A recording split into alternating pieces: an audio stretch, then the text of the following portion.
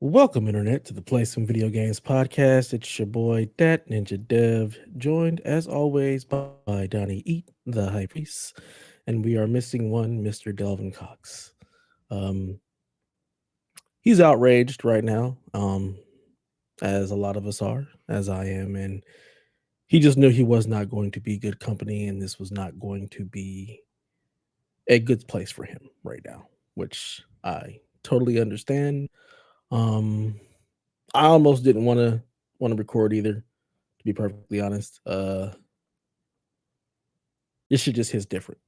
So, but I'm here, Right. and we're gonna do a show. You can go. Nah, nah, I'm here. We're gonna do this thing because ultimately, we got to keep moving forward, right? The show goes on. Yeah. Show goes on, The life podcast goes goes on. on. We're going to go to work tomorrow. You're going to see the same people you saw yesterday. You're going to go Yeah, shop at the same store you shopped at. You're going to take your car to the same place you take your car to. You're going to go to the same maybe. beach you go to, same park. I mean, life continues. Yeah, and prayerfully there won't be any changes, but you never know. Oh, there's some things going to change. That's very Yeah, likely going to happen. yeah. Not gonna lie, being at work today was very difficult. Um, Everybody was just like it never had, like nothing happened. I live in a very red area. I think there was probably only maybe one other person in my entire building that may have voted for Kamala or anyone other than Donald Trump. Wow. Um, yeah, I mean, I'm in McCarthy County. I'm in Bakersfield. Like, this is a very, very conservative, very red area, and Hmm. I work with mostly people who are born and raised here. Um, so yeah, it was very, very just weird being at work with like the uncomfortableness and the rage and frustration that I was feeling that didn't seem to be reciprocated by anybody. So it was just weird. It's At really, work? really weird. At work, yeah. Yeah. Everybody was just like happy to go. Like my wife woke up so like I'll this is say our how crazy it Discord, our was. community is not, it's been a somber day, to say the least. Yeah. Last night, after I put my daughter to bed around 9:30, I come into my bedroom and my wife is just cuddled up with my son and they're knocked out. They're asleep. So I just proceeded to do the exact same thing. I just went to bed. Um, Woke up and see the full news and she's sobbing. Um, and then we just had to go about our day. But it just didn't feel good at all. Definitely doesn't feel good. No, I don't like those sentiments. I stayed up. I watched the whole thing. I think I drank myself to sleep, even after the long day that I had, and it was a long day. We ended up having 42 bomb threats on precincts while we were working, which is a nightmare in itself. And then to It's come home insane. and see all that, I think I went to bed around 3. I just, I'm one. I don't know. I think I'm always been that doom scroller type. Like I wanna feel it. I wanna experience it. So it's just how I process things. Yeah. I feel like my life is just doom scrolling. Like it's just it's just like will the fight ever end? Will I ever feel like there's No, not no, something just it's like it's fucking hell.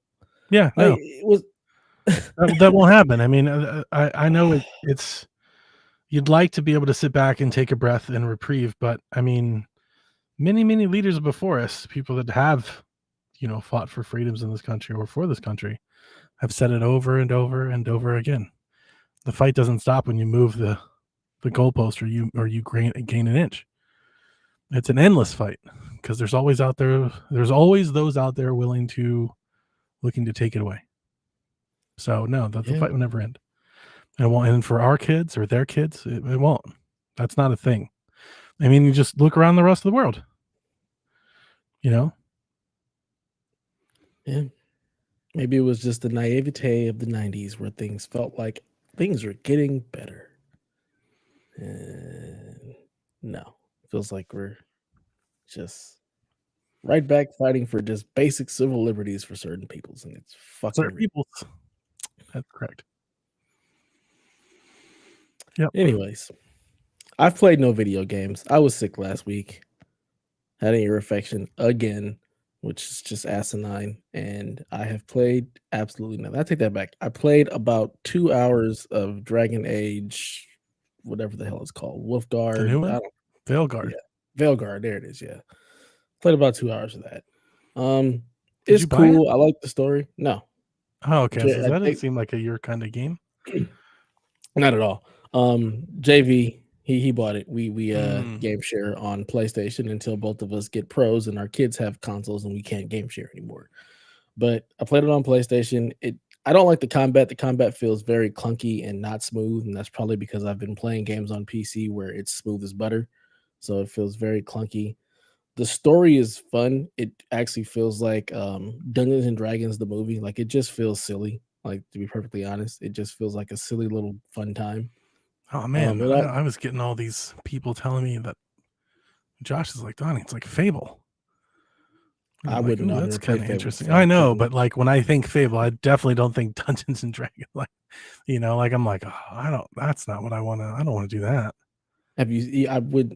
I'm guessing you haven't seen the movie Dungeons and Dragons. No.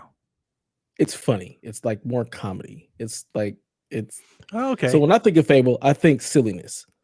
Like I think Fable is a little silly. It's a fun romp, and Okay. that's what this game feels like to me. Like Dungeons and Dragons is not like super fantasy. It's like fucking That's goofy. what I It's a think of silly ass game. when I hear people say Dungeons and Dragons.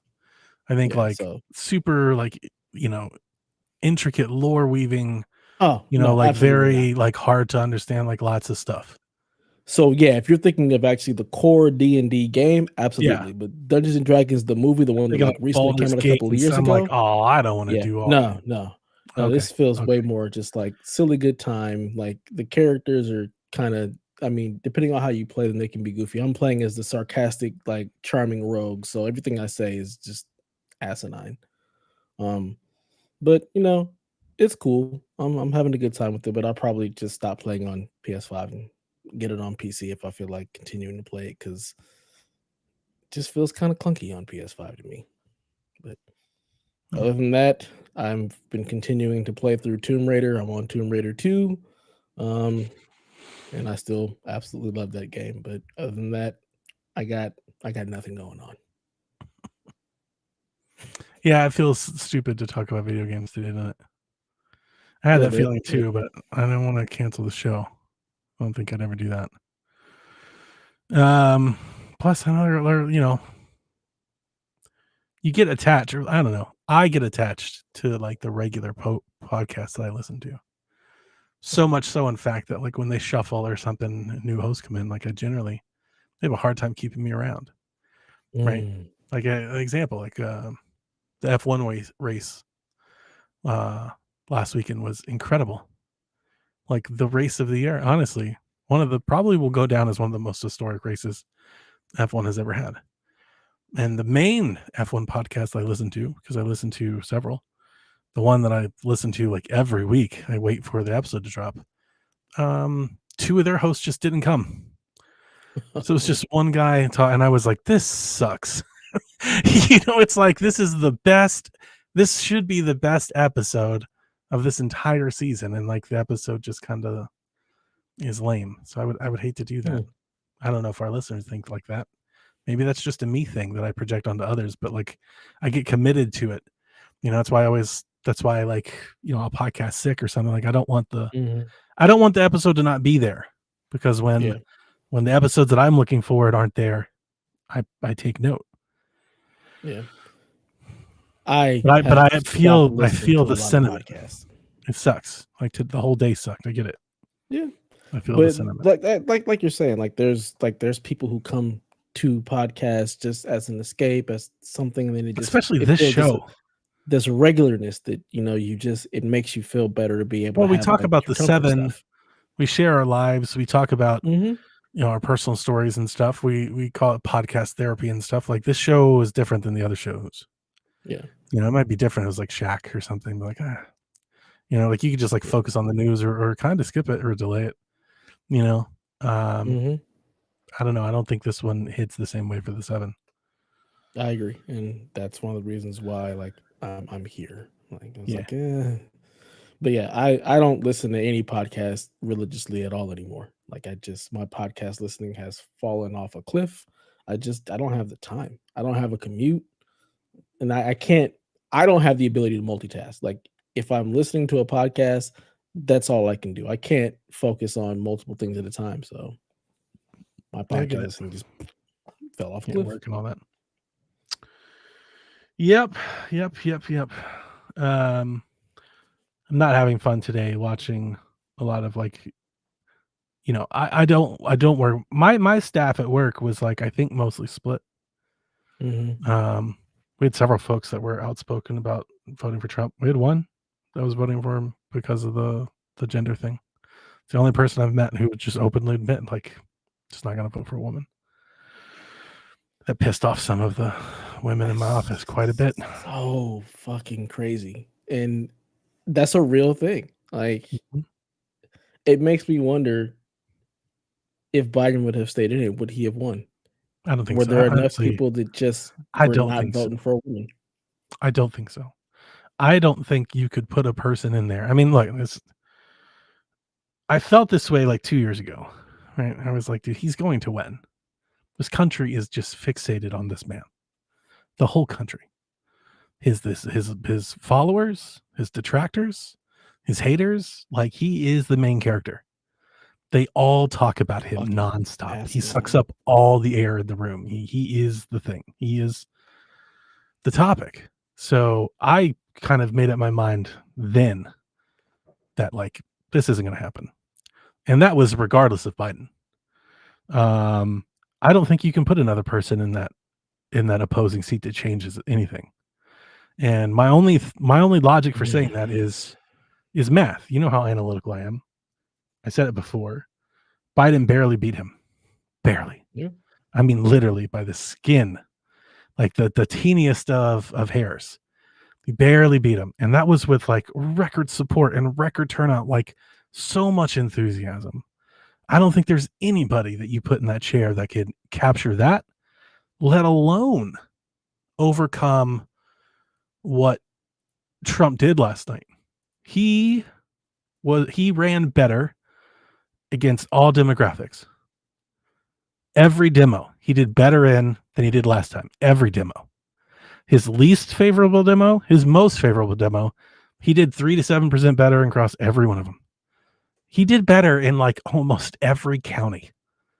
Even in deep blue states, he was 10% better in New York City, 15% better in Boston. Like there's nobody that could have overcame that. Like that's why in our chats that we've talked about privately, it's in World on Fire and stuff. And honestly, last night I was kind of calling it pretty early on. Like I felt bad. Like our community, I don't think they definitely don't want to hear it. But I was like, guys, this is not good. Like he's polling way above average. Like that's why I think fundamentally last night was just like a big shift towards the right as a country. And that's literally across all demos. Like Democratic areas moved a little more to the right. Deep red areas, like where you live and work, where I live. I don't work in a deep red area, but I live in a deep red area. Like the whole thing just shifted further to the right. Like it was, and it'll take some time to fully understand all the reasons why. Like we think we understand them. I don't think it comes down to the people that we were offered on the ballot. I think it's I don't know, a culture thing, a politics, like I don't know how you want to say it. It's like an identity thing as a country. Like our identity, our values as a country shifted last night. And we don't support it. Like you and I mean, we openly admit it. Like I voted for Harris. We don't support those, but as a country, our country does. And I think that's why it hurts. Like I don't particularly I'm not proud to say I live in a country that elected a person Oh, who led a riot I'm on the not proud of Capitol. this place at all. I am Right. deeply loathsome of America and everything that it stands for at this point. Like I said, January 6th was the end all for me. Like that was it. I made my mind then. Like this can't, like, I honestly think had anybody else in our history done that, they may have been hung for treason, if not convicted and thrown in jail. Like if you'd done this before 1900, that would not have flown. Yeah. like they would have ended that real quick. If you had done that like on Washington or Adams or Jefferson's watch, absolutely not. Right? That wouldn't have happened. You think post civil rights, maybe like post 1960s, absolutely would have went to jail. At the very least, absolutely would have went to jail. But for some odd reason, he did it. Can't be enough of a criminal to be a criminal. He can't be racist enough to be a racist. Like he literally just seems to get away with everything. Fucking Teflon Don. He is the main character. Absolute bullshit, and I cannot stand it. And his influence, unless he royally screws it up, his influence will control that party, or a new party, or whatever you want to call it. He'll control it for decades. It'll be like Reagan. Fucking ridiculous. JD will run saying that he was, mentored and came up in the shadow, and he'll do all the things that Trump says for him to do, and like, even if he wins or loses, then the next person will have to get, they'll all bend the knee. They'll all have to bend the knee because that's where he's unless he royally screws it up. I thought he did on January 6th. You would think so. I thought he did then. I was like, surely we can't. And like even half the Republicans at the time, they all said it. The Republicans that are cheering for him now, Ted Cruz said it. McCarthy said it. They all said it. They all said like we can't. McConnell. Power that they. But the influence of them losing their jobs in face of standing up for what I thought was right was too much. So that's just the way that it is. And we got to make the best of it. It's easy to doom scroll and prognosticate and say everything is it's not going to be, we've already lived through 4 years of this, right? So hopefully we don't get another global pandemic in those 4 years' time. But like before the pandemic, we made it through a few years, and there were some events that happened that we weren't proud of, but like those events also happened before he was elected. Like the country's still a country. I'm not saying it's going to be great because I don't think it is, but I also don't think we're all going to be like rounded up and put out to pasture or anything like that either. I think for the most part, we'll work and pay our bills and stuff, and barring a economic collapse or something, we'll have to just grit and bear it. We'll see. But the fuck out of here. My biggest fear, again, is that shift to the right lingers. I don't see last night as a 4-year thing. That's not a thing that's going to stop. I don't know what it is, but I think the conservatism values of the MAGA establishment of the party, right? The anti-woke, the anti-DEI, the anti, like this pushback on political correctness. I feel like that's like the identity, like that's the culture, like that's what they want to be. And I think that's like what we're not going, that's not going away. Anti-American, like, and that's like, bring us your tired, bring us your hungry, bring us your poor. Yeah, that's not American. That is Trump. Take the statues down. Welcome to fucking Trump country. I want the fuck out. Like oh my God, this is not okay. I mean, I've all at all. My mechanics, my neighbors, they're all having a field day, like on Facebook, like the dunking on the libs. They beat us. I know several folks I feel like are posting things like directly at me or for me to see them. And hey, to each their own, to the winner goes the spoils. My only thing that I'd like to say is I hope that he's held accountable for the things that he promised, because he was the president once and he didn't fix immigration and he didn't build a wall and he didn't do a lot of things. All he did was cut taxes for the rich. That's literally all he fucking did. Yeah. And people believe that economic time to be some great thing. So I hope the things that he promised to do and wants to do, I hope that they get done. I hope people wake up and like actually pay attention and read and see what happens instead of just. That's not gonna happen. I mean, I've let go of that. Like there's a clear divide of like how the educated want to be governed versus the uneducated, and that's not going to change because incredibly The frustrating. or I wouldn't say the uneducated. That's some sounds somewhat elitist. The less educated. Um, that divide, they can make more of them faster than we can. Mm, You know, and actually digging into something and reading law and policy and projecting and seeing how things are negotiated on in Congress and what the president said he wanted versus what actually gets voted for and what it means for the mhm. people. That's a lot of work, and it takes years sometimes to figure that out. And people aren't going to put in any of that work. Nobody reads nobody reads articles, Dev. They just see the They headlines just and they click the scroll headline on by. exactly. It's so simple. Like I was arguing with a friend today who I'm probably just going to have to cut as a loss. He was talking about how, didn't you guys, cash your stimulus from Donald Trump? I said, first of all, stimulus wasn't from him. It was something that was passed by Congress, but he was so vain that he wanted to put his name on the check. I said it didn't come from him. He was actually opposed it, but he put his name on the check. So now you think that he sent you a stimulus, and you feel like Also, he's going to do that a again. significant reason while the economy was infused with cash and inflation rose. Yeah, something You also I pumped the tried to economy with explain. artificial funds for 300 million people, and you wondered why prices went up. Oh, it's because everybody's got more Mm, money to spend. It's a competitive market. yeah, The market isn't frozen. It's a competitive market. yeah. I People tried that to pay explain all more that, but can they pay don't more, listen. will. And Hmm. that's how prices are controlled. Like that's And how that's why the prices are what they are now. It's it's like, not oh the only well, reason, but it is a it's part reason. of it. It's a part of it. Let's It's get some definitely a tariffs in part of here it. too and see what happens.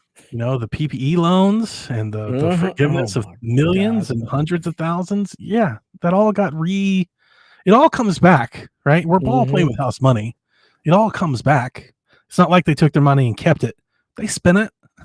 They took it and Hmm. spent it somewhere else, and then those people took it and spent it, and that's how that works. Like that's how it works. It's really it is Hmm. complicated, but like there's a Sesame Street version that's really not.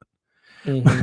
It's pretty easy to understand how that happens, but again, it is very interesting that I think it's they have marketed a product that vilifies the smart, and it really does. I like almost like cry laugh.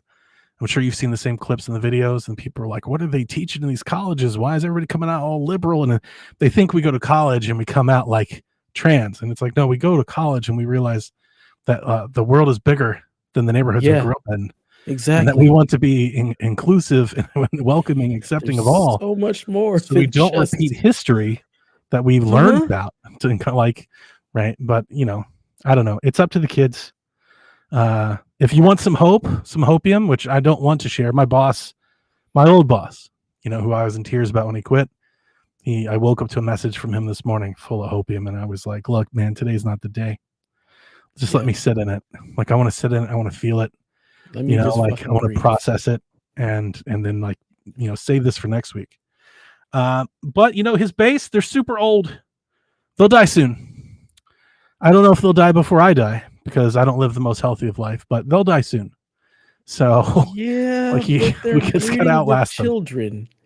Like just to put it in perspective, my son yesterday on his bus ride home, they were chanting Trump. Yeah, Like chanting Trump on the bus as he's coming home. And to a little black kid on a school bus full of mostly white yeah. and a few Hispanic kids, that is terrifying. So That's they'll all something die off, but they're just creating more something's of gonna them. stick with it. My daughter, not to compare misery, but my daughter was basically she came out of her room last night like 2, and she just had this disgusting, disappointing look in her eyes. And I understand, I get it. Mhm. You know, she's a woman.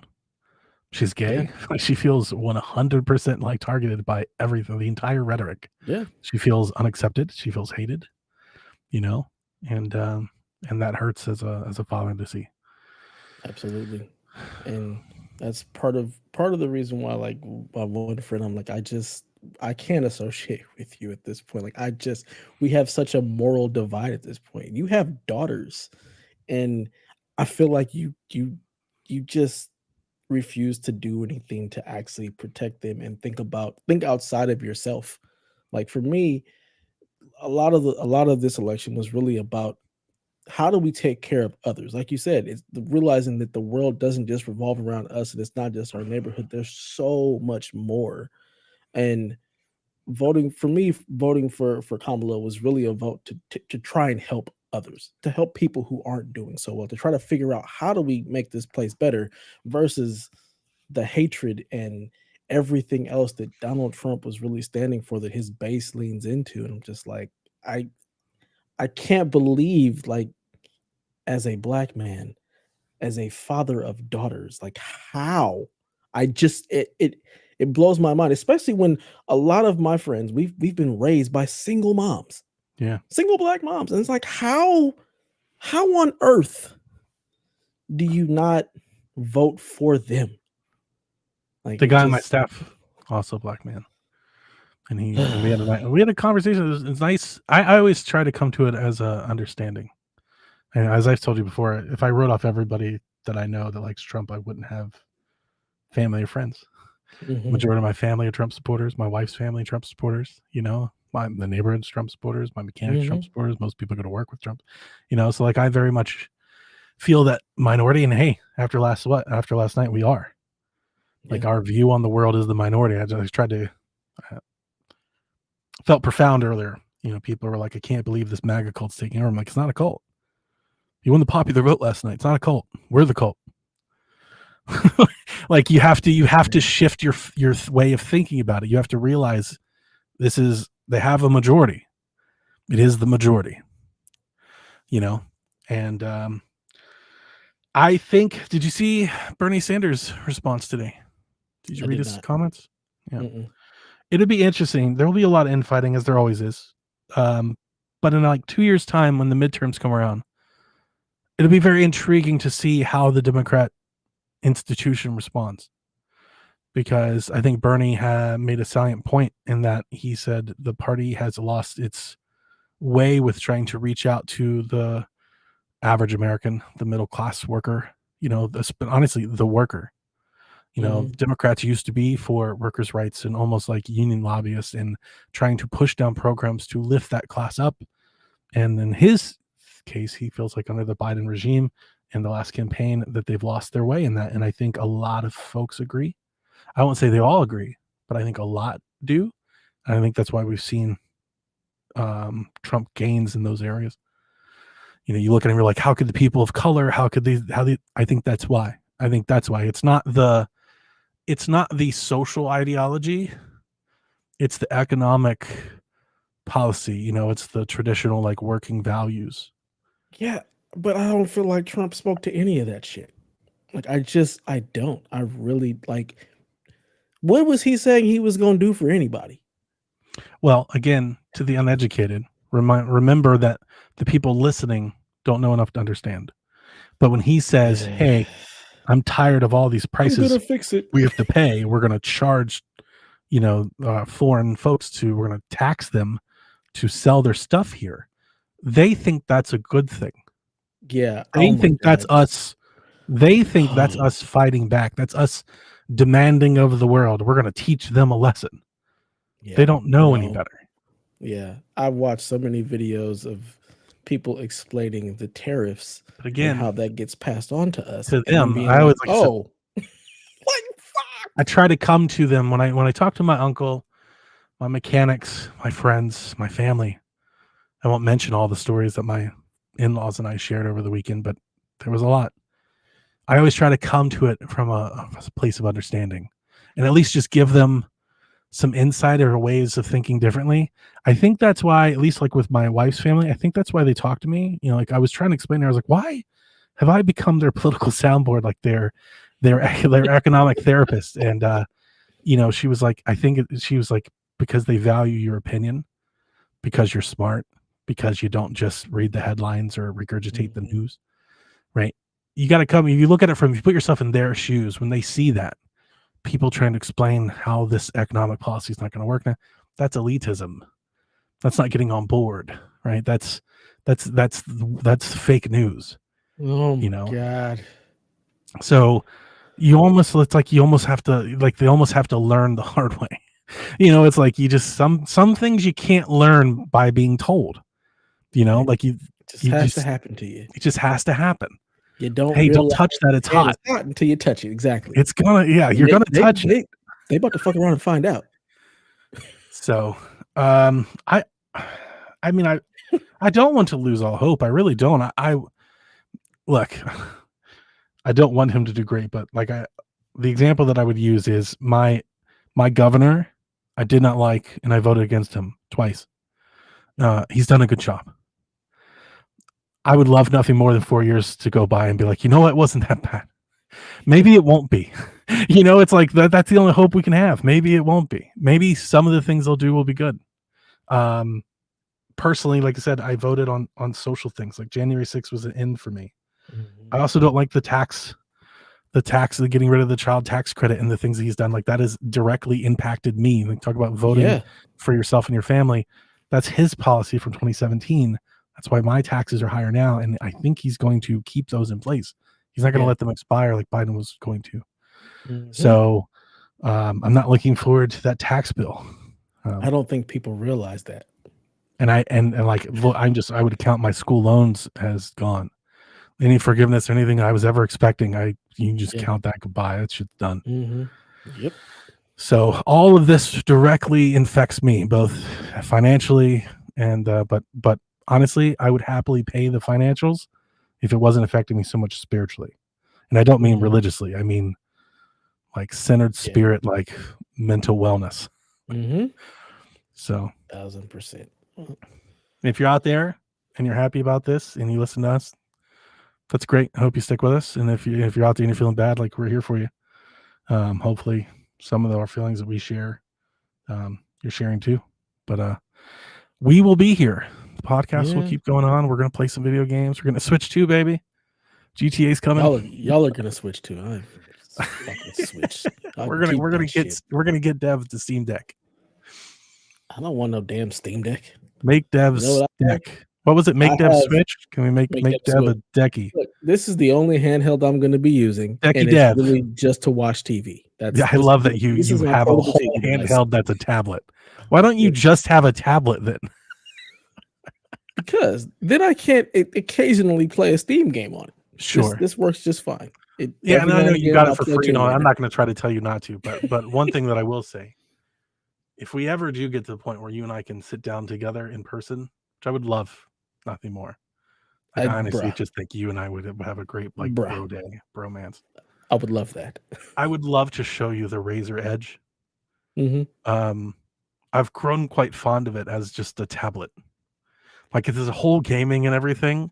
And I was going to sell it some time ago. I actually think I had set it up with D-Live. I was going to sell it because I got the Kishi for the iPad. And I was like, I don't need this anymore. It's the same thing. And then the more I use the iPad, I think I've told you this before. I feel like I've grown increasingly addicted to high refresh screens. When I use like a 60 hertz screen, I'm like, dude, this sucks. Like I get real snobby about it to the point where I've like stopped using my iPad altogether. I got rid of the Kishi like controller thing for the iPad, and I've been using my Razer Edge a lot. Honestly, as a tablet, it has nothing to do with the games. I do carry a little controller. I might play a little Retro Ball on it, but that's not it. I don't know how much you pay attention to tablets. I know you're into like the Samsung stuff as you used to be. I just look at their phone, but nobody makes like small tablets anymore. Like the smallest tablet's like 11-inch, and most of them are like 12 or 14. It's really hard to find like a performant 7 or 8-inch tablet because everybody just has like some ultra wide giant phone to sell you. Which I understand, but I just want like a nice small tablet, like something I can put in the car that has all my music on it, or something I can sit on I can watch TikToks on, and they're big, they're not small, something like that. YouTube. And the Edge. If anybody out there is if you're hearing this and you're like, oh man, I would like something like that too, Donnie, I would only recommend it to you for this reason. They're cheap. You can get one for like $100-$150 as like a tablet or a used model. I think brand new you can easily get them at like $179 or $199. They have OLED screens and they're 144 hertz. Like they're great for streaming. Like they're really good tablets. You can't get anything like that for $200. Not even close. You know, Yeah. like there are gaming tablet. Like Lenovo makes a gaming tablet. It's not that small, but it is like kind of like that. Dude, it sells for like $800. Jesus. Oh yeah, you know it's up there with like the Samsung Ultra 11s, and like it's super expensive. That's You know, ridiculous. so anyway, I'd love to. I wish somebody had one that you could see because like it does. It for me, it fills that middle ground. Mm. I like that. I Yeah. like it a lot. I mean, this thing works for me because my daughter is in a play. So every Monday through Thursday, she has rehearsal. So I have to go and sit there Monday and Tuesday. I sit there Wednesday, Thursday. My wife will sit there with her or whatnot. And so that has become my go to device to watch Monday Yeah, Night Football. I do love that And screen. like it's just a really nice screen. So It it is. works. It has really good. It's got to be like good color accuracy or something. Like it just looks really nice with Yeah. the gloss finish and like it's just real Hmm. nice. It's nice picture So quality. it works great. So I've watched a lot of Monday Night Football. I've watched some basketball on it. It's an Android tablet, so it has all the apps I need. What did I watch? I was watching something on See, life either. says I don't blame you at the high refresh. Like I'm Yeah, you shocked that the new can't get iPad past it. Mini doesn't have a better screen. I I don't know why they don't. They I know the love Switch pushing 2 their screen's Retina gonna screens and suck. stuff. Like I would love just like the Switch could stay the same and just offer me a high refresh screen with VRR, and I'd be like, perfect. Yeah, Like yeah, I'll just buy that. yeah. After having an OLED screen, I can't go to anything else. I I refuse. OLED I can ditch, but at the refresh and the VRR, I've Well, become a VRR whore. this screen Like is I whore 240 for hertz. VRR hard. You Yeah, know, like so it's crazy. Like you're like, oh god, this game is running at 40 frames a second. It feels so choppy. And then you put it on a VRR screen, you're like, it's running at 60. And it's like, no, it's not. But it feels like it is. It it feels totally like it. does. Like the Yeah, the Roger Ally. Same thing, man. VRR 144. Like it's great. This is yeah. like my new tech snobbery is This 144 hertz Yeah, VRR. VRR. Yeah. Yeah, I mean, this like there are some games where this screen almost feels too smooth. Like it's just so buttery. It's ridiculous. yeah, And yeah, 200 like this screen is 240 hertz in a lot of games since it's 1440p now. I'm getting like over 100 hertz like refresh when I'm playing games. I'm like, this is just nice, insane. It's nice. glorious. I was playing GTA 3 earlier in the bath, so I was a little late. And you know the game, the definitive edition, the trilogy remaster, it sucks. Mhm. You know, optimization is shit, Yeah. and frame rates all over the place. It's awful. But you throw the thing on the raw ally, you turn on VRR, you turn on fluid motion frames, and suddenly the frame counter is like it feels smooth as butter, and it's running like the hundreds, like all artificially. And I'm like, why doesn't everything run this? You know, like everything. I don't care if it's fake. Give it to me. Yeah. Like checkerboarding, who cares? Does it look 4K? It's 4K. You Yeah. know, it's like I don't care. Does it feel smooth? Then it's smooth. I don't give a shit. Actually, it's interloping a frame and like Whatever. nobody cares. It's It looks good though. 4K and it moves smoothly. We're in business here. Right. And then yeah, I'm playing it and it's like you have to turn on the Steam's frame counter won't pick it up. You have to turn on AMD's frame counter and it'll tell you how the fluid motion thing is tracking. And it's like 115 frames. I'm like, this is beautiful. Yeah. Like, this is real nice. Um, You've been playing video anything games. else at all? Yeah, I'm playing Shadows of the Dam Remastered on Switch Lite. I'm sorry. It's great, actually. Honestly, I I'm have just two. confused. I mean, I was honestly save it for Shaq, but that's really the things that I have to say about the things that I'm gaming on. I have two Switch ports that I'm playing. That honestly, when I bought them, I was like, this probably won't be great. Like Lollipop Chainsaw is not good on Switch at all, and I would implore you to buy it anywhere else because it's bad. Like if you're gonna get Lollipop Chainsaw on Switch, like just to wait to play it on Switch too. Like I did with for another example, I can give you Sonic Generations. Mhm. Is honestly when the game is slow, looks really good on Switch. Like the image quality is really way better than a lot of ports. It's not like blurry and muddy like so many. Like it looks great.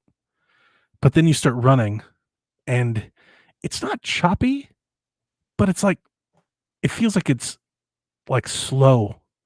Like something's not right. It's like it's not running it like it's not smooth. So it's not like all over the place. Like So it it's feels like probably it's got running at frame like dips. 24 frames a second. You know, it It's probably got feels pacing errors too. cinematic. Mhm. You know, it doesn't feel like a video game. Like, you know, so like with that game, I've just written it off. Like I'll play Switch 2, like Sonic Generations on Switch 2.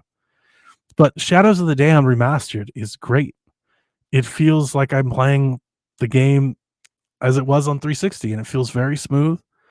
Have you ever played it? No. There's a Suda game that he made I with remember it. Okay, it's like he made it with I Shinji just never played Mikami. it. Yeah. So it plays like it's like Resident Evil. Honestly, it's like Resident Evil. I want to say like meets Gears of War. It's Mm. it's an over the shoulder like corridor shooter where you have like little arena battles and you go through corridors shooting things. Mm.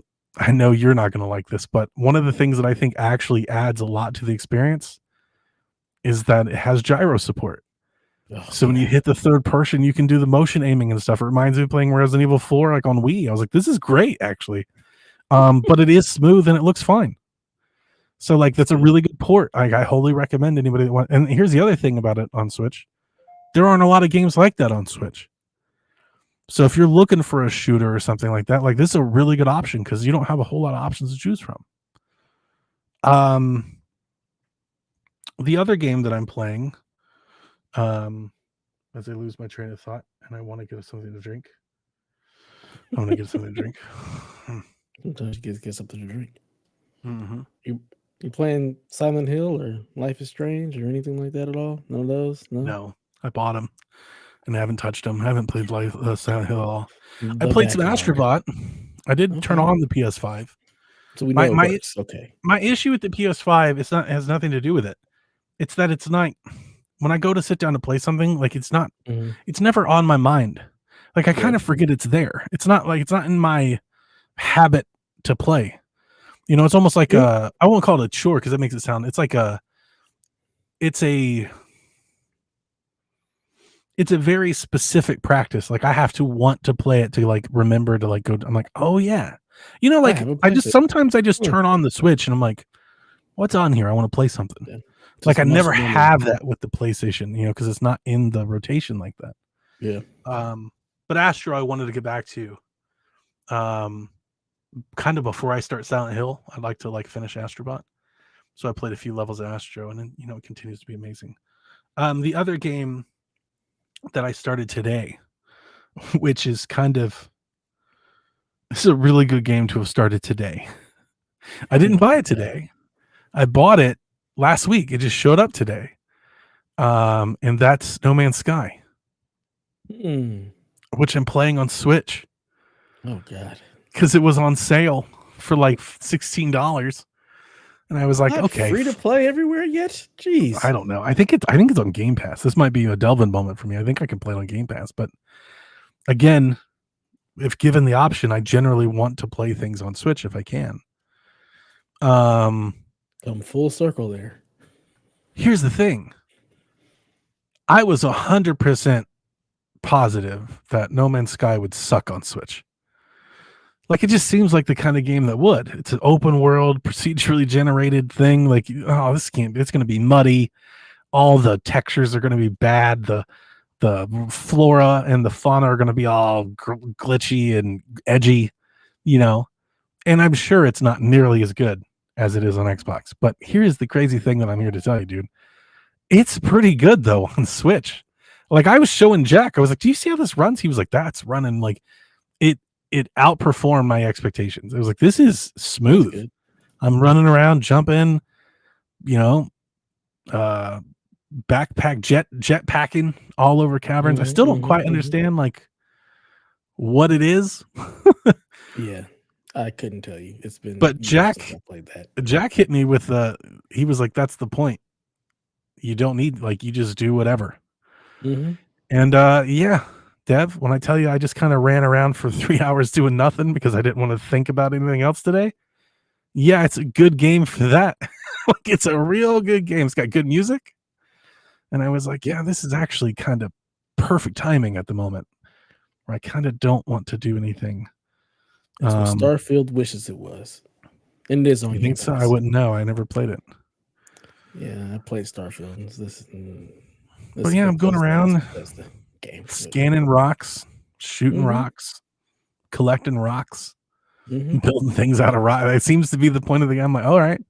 I'm kind of just playing until I can fish. Like, I'm like, when does the fishing start? I was told there'd be fishing. But I think I'm in the tutorial, right? I think it's got to be something like right now I'm like fixing a spaceship.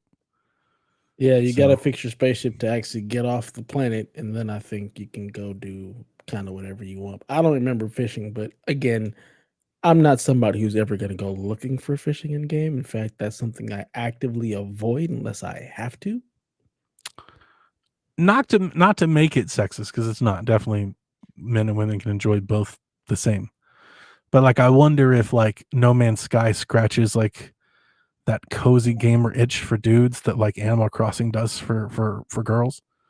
Maybe. You know, like, because I kind of lost myself. Like, I looked up, I was like, I did not just walk around this bitch for like an hour and a half, like doing nothing really. Like, what'd you do? Like, I don't fucking know. Like, I scanned some O2 and I found some salt. Apparently, I have no fucking idea what I did, but you know, I was walking around kind of digging it. You know, like not turning the brain off.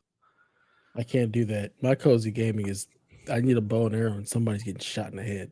Like, that's my cozy gaming is Tomb Raider. Well, that's not really cozy. That's just it is like for me. Comfort food. I think there's a difference. Cozy for me. I think cozy is like something that's really repetitive. You know, like farming sims are cozy, fishing games are cozy. Like something where like they're like progression isn't really measured. Like it is you just whatever you want to do. Headshots are cozy for me. But you'll eventually run out of them and have to progress to the next objective. There's always a stream of enemies coming. Like there's spawn always points enemies to come. Yeah, like, enemy boxes. There's always heads to click. Always. I also played Assassin's Creed 2 this week. Wow, that's a throwback. Yeah, like I was. That's a throwback. I was telling myself. I was like, I think I posted on Threads. I was like me complaining about I have no time to play all of the new games that I've bought, but also me spending an hour and a half playing Assassin's Creed 2 for some reason. Like, I don't know what it is. It's definitely not. This predated last night, so it's not like a current thing because of the way we're feeling today. But for like the last 2-3 weeks, man, I've got Call of Duty. I love Call of Duty. It's right there. I didn't pay a dime for it, but like I don't want to play it. Yeah. Like right now, I don't like. I'm not in the mood, you know. Like and then like and I've had Silent Hill a month, and I don't want to play. Like it's not what I'm wanting to play right now. Totally understand. You know, like I'm wanting to play comfort food. I'm wanting to play Assassin's Creed 2, and No Man's Sky apparently, and you know Shadows of the Damned, and like Gears 1 or 3 or something like that. I'm kind of there's like a nostalgic something that's in me that's like I just don't want to. Like I'm in the mood to watch a rerun. I don't want to watch a new show at the moment. Exactly. You're looking. That's my wife in a nutshell. She's always looking for something that she already knows, so he doesn't have to worry about the anxiety of what's going to happen. I don't want to try hard or have to think. Like, I just get something familiar. Yeah. So like I played one mission of Call of Duty and I was like, that's great. And I'm like, one day I'm going to come back and play you, but it is not this day. Today is not that day. So D Life says, do we know that Switch 2 won't have a high refresh screen? And that's hilarious. Who knows? Daniel, yes, we know. Like, are you fucking curious? They're going to give you a 30 hertz screen just so they can sell you an OLED with 60 hertz later. It's lucky. We'd be lucky if they didn't give us a TV with fucking hand sock puppets in it. You know, like an empty box. Come on, man, it's Nintendo. They're gonna give you Switch some. They're gonna give you just Labo. You have to make it yourself. Make your own screen. They're gonna give us like Apple's screens from like the iPhone 10 that they've had on the shelf since like 2013 or some shit. Like I legit think Nintendo just sends people around and they're like, "Yo, Samsung, like, what do you got in the back?" Anything back there? 40 million something? Got something back there we can pick up? You ain't using it, right? You done? Let me just take something off your hands real quick. Yeah. Hey, GameStop, what do you do with all those old phones you take in on trade? You want to sell some screens?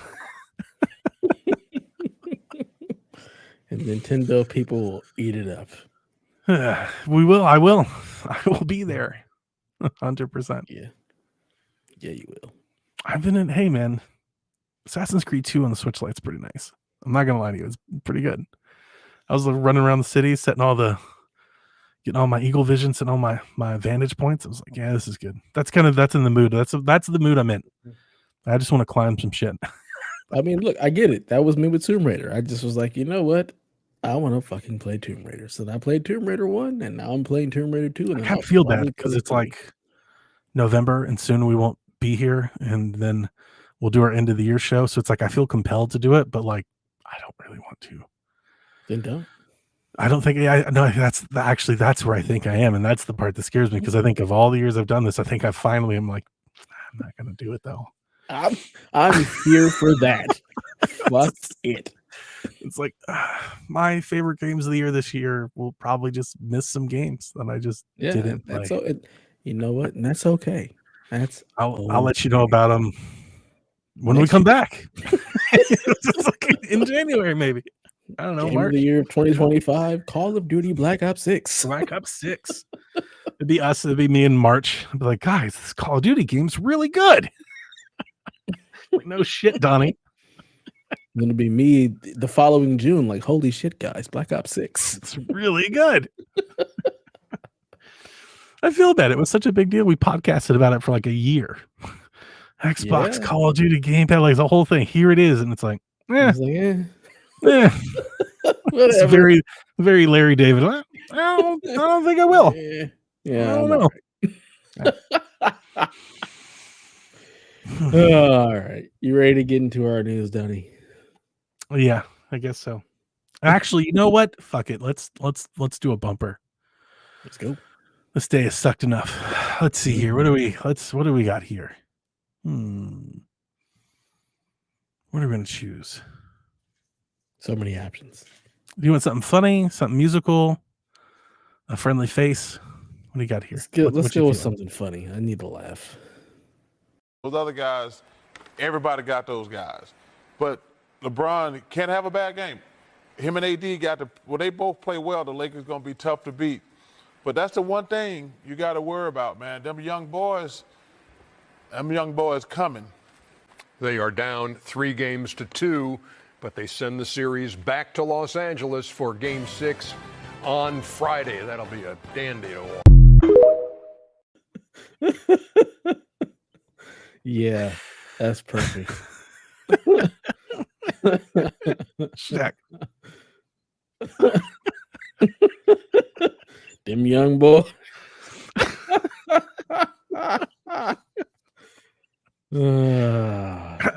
Basketball season. Yay. I heard Anthony Davis got hurt. Is that real?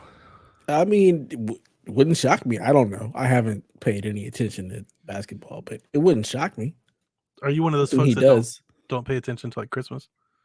I pay attention when I pay attention, and it could be Christmas, it could be New Year's, it could be March. I've had no desire to watch anything basketball as of late. Just haven't been into it. But if he's hurt, I mean, that's something that Anthony Davis does regularly, so it wouldn't shock me. I just scrolled by it like a gift, but I didn't really look into it. I've watched the Lakers play 3 times already. That's more times than I've watched them. The Cavs have equaled a franchise best start to their season. They've won 8 in a row. They beat the Bucks on back-to-backs. Aren't they like one of 2 teams that actually have winning records in the East at this point? That might be true. Yeah. And yes, AD has injured his foot. I saw him, like, I scrolled by and I had a picture of him on the ground holding his foot, and I was like, that's not good. Yeah. He was playing well too. Oh shit, Rui's out too. My son, when we watched the first game against the Cavs, my son was like, Rui's good because he was getting it. And then I looked at his box score, like his last 3 games. I was like, no, there's Rui. I just sent it to Jack. I was like, no, he's not good. We know. I was like, no, he's not good. Don't say that. He's not good. He's not bad, but he's not good. He's Torian Prince.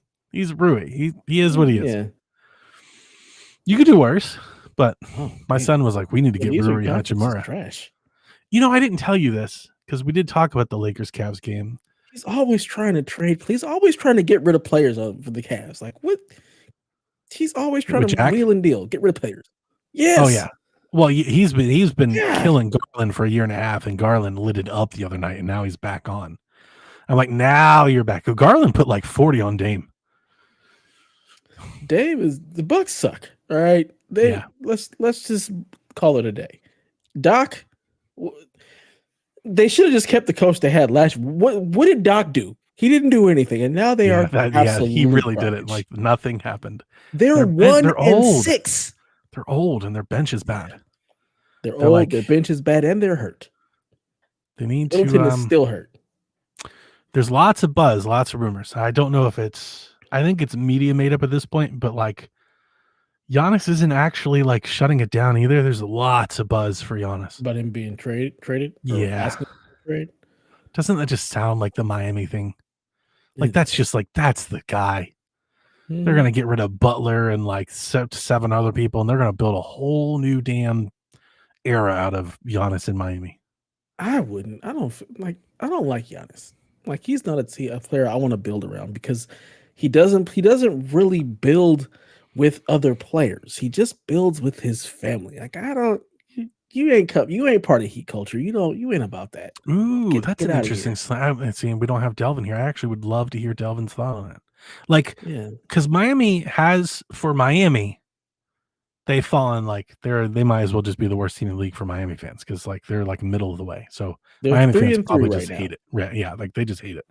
So I wonder, are they far enough removed from being a contender that they're desperate for like a star that they're like, or are there people like you that are like, nah, Giannis isn't Heat culture guy. Like he wouldn't fit us.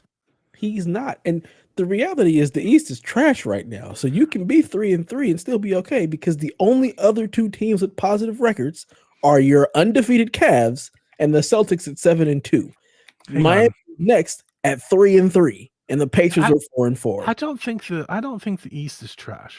I think it's early, but it's early. Here's the why. Here's why. The Magic lost Paolo. He put up a 50 piece. They're real good. When he comes back, they're real good. I also think the Pacers are real good. The Knicks are formidable. You don't want to play them in the playoffs. Like they've got stars. They're formidable. But it's really the Cavs and the Celtics are really good. And then you got to like rule out the 76ers because they're not playing with people yet.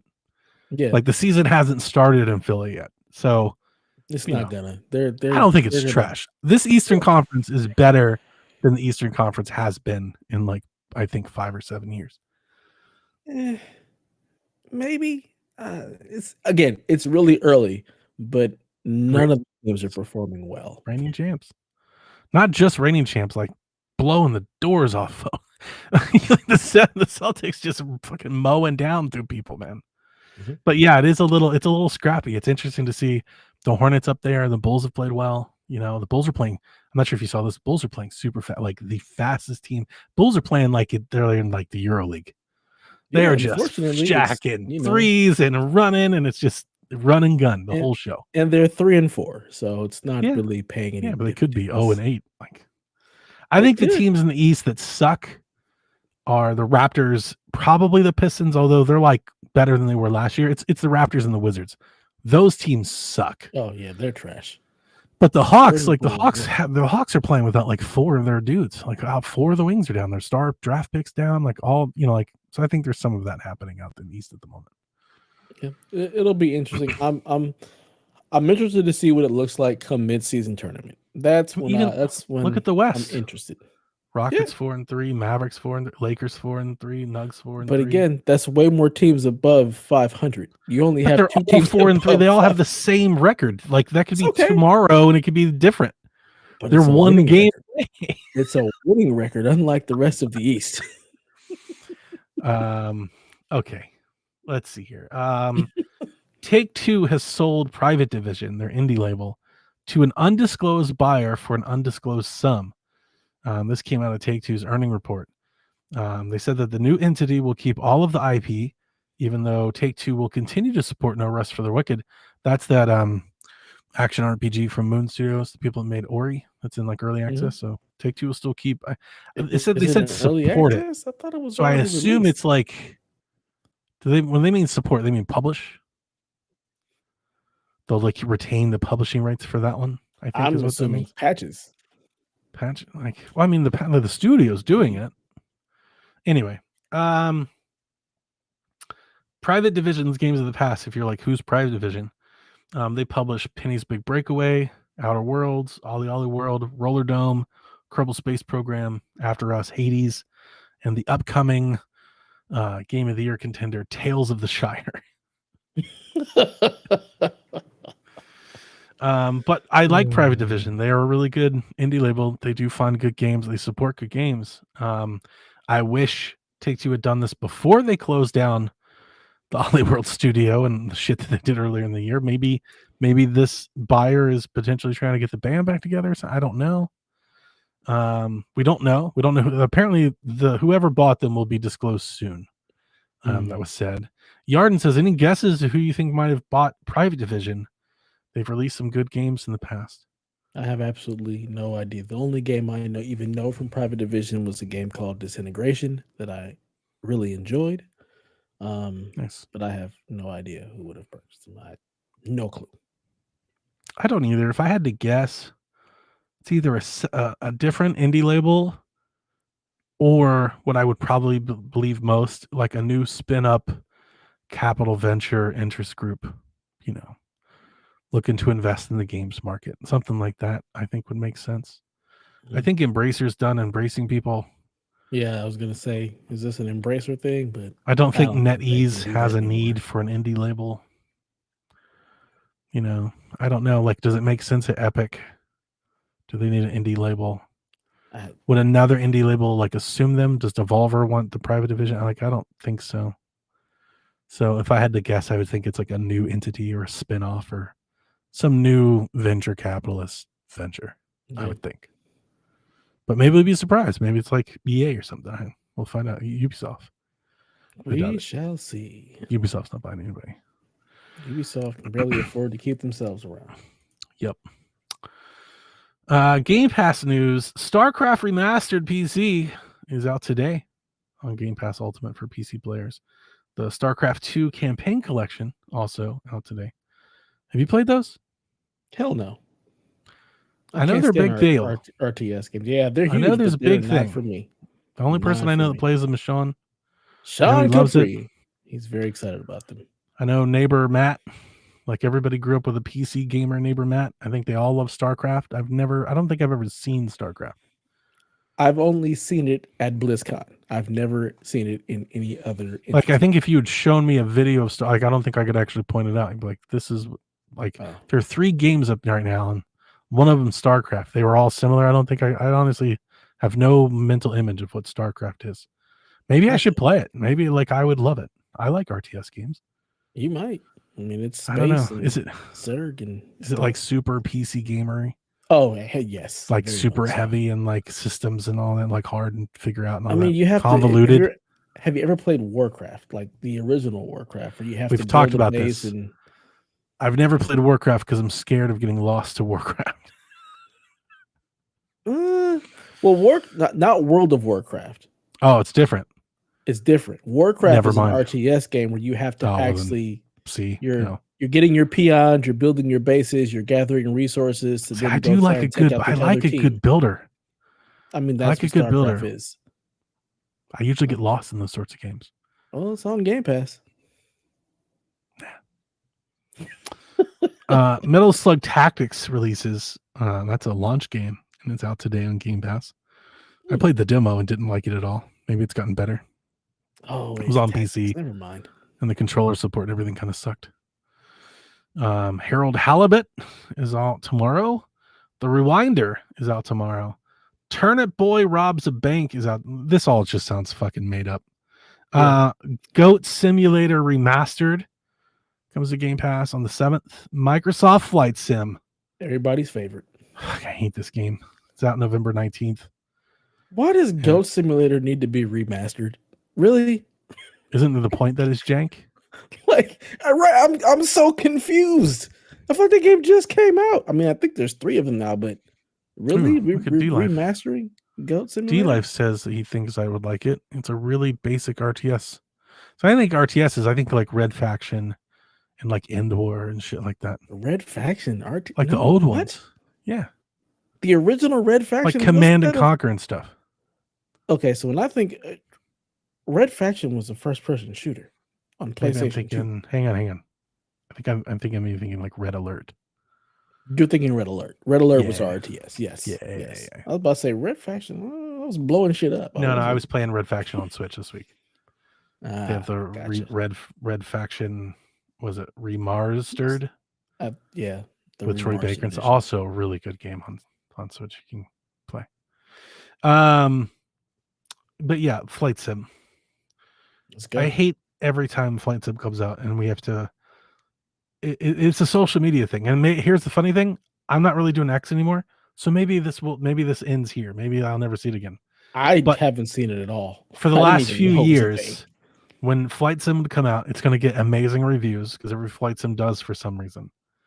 And like Xbox, like the Xbox, like accounts, like the accounts and the outlets that exist just to pump Xbox, like they would all make like graphics for Flight Sim and like do charts showing how it's higher rated than like Horizon and Breath of the Wild and like 10s out of, and I'm like, this doesn't count.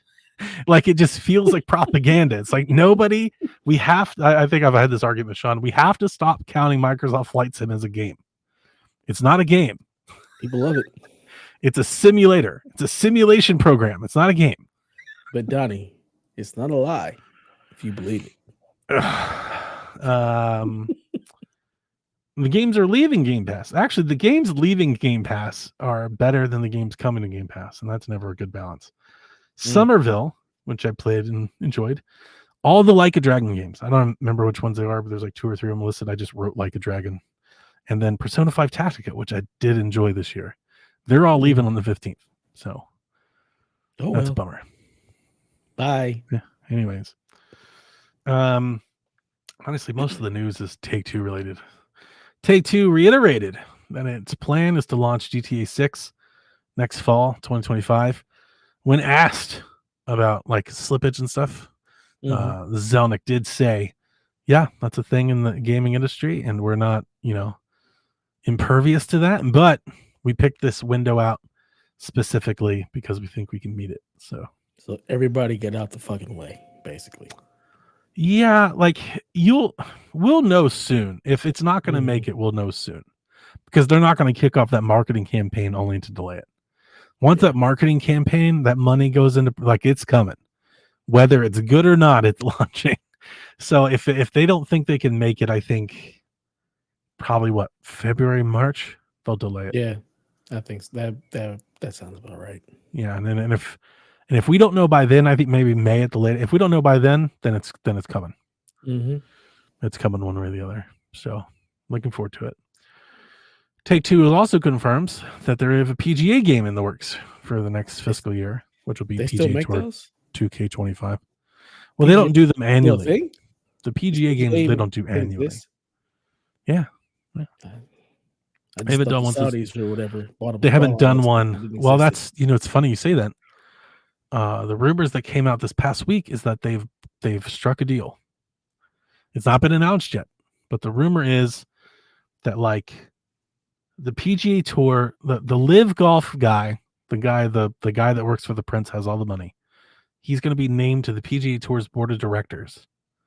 He will infuse the tour with money. The players that didn't go to Live will get some sort of cash option.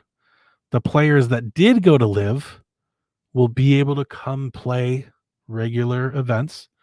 What I have yet to see is if the Live Tour will stay or not. I don't know. If it doesn't stay, I think it might get replaced with some. The thing about Live, I know people don't care, but sports fans might.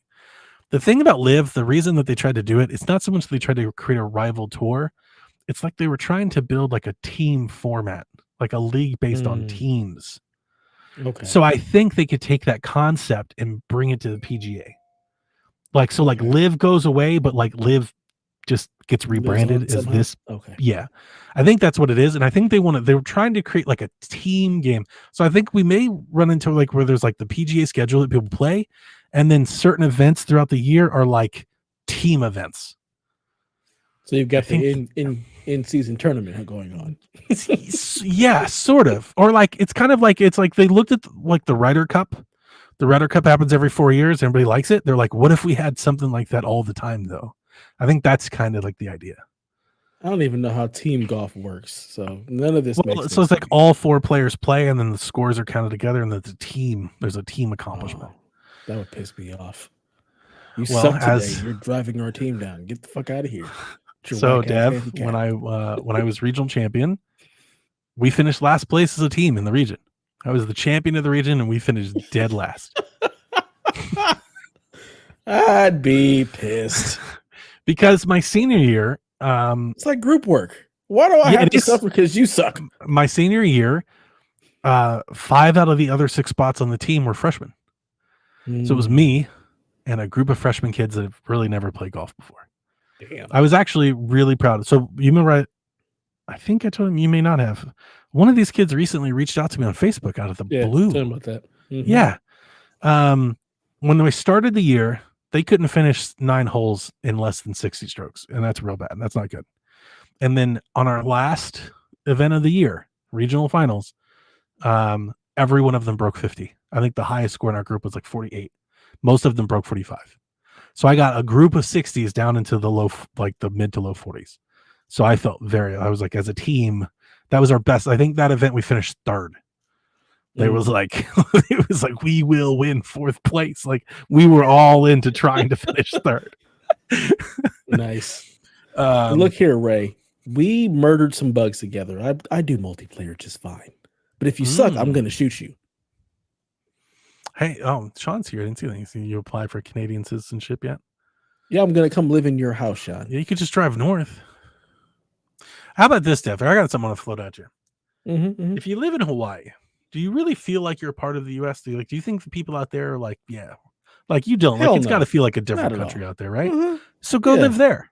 Like just go to Hawaii. It's too fucking expensive. Is it? Yes. My boss Hawaii has property out there. Expensive. My old boss, his family's from there, and he told me that like drugs are a massive problem in Hawaii. I believe it. He was like, "You won't believe it," because I was thinking like the whole thing's touristy. But he was like, "No." I was like, "What?" He's like, "Oh, he's like meth and hair." I was like, "What meth?" He was like, "It's bad." Yeah. I was like, "You do not have ghettos in Hawaii." He was like, "Oh, absolutely. Yes, they do." I've been years to old when Hawaii he told me once, and it is America. So everybody's got their shit, huh? Oh yeah, wow. Absolutely. And then when you have storms and things, you're cut off. There's nothing coming in, so you also have to deal with that. Sean says you can live with him. No problem. I'm coming. Just set up a room for me. I'm bringing the whole family. We're all just gonna hunker down in Canada. My wife has said it multiple times. He was like, we could just like go live across the street from, like, I think my wife, she sees Chelsea like on Facebook and stuff and sees me and Sean. She's like, we'd be a great like pair. We could double date, our kids could play together. Like that's my wife's just like fantasy. It's like the Reese's and Capri's like hang out together as families. Look, let's just get a cul-de-sac. Let's just get a cul-de-sac in Canada, and we can all just have a compound cul-de-sac and Capri house party. We're bringing Delvin with us too. Fuck it. Eskimos. It's cold, man. Like it's really cold. Look, I can. You've never experienced that kind of cold. Look, I lived in Ohio. It gets cold as fuck there. All right, Sean, the Caprices. Caprices. Yeah.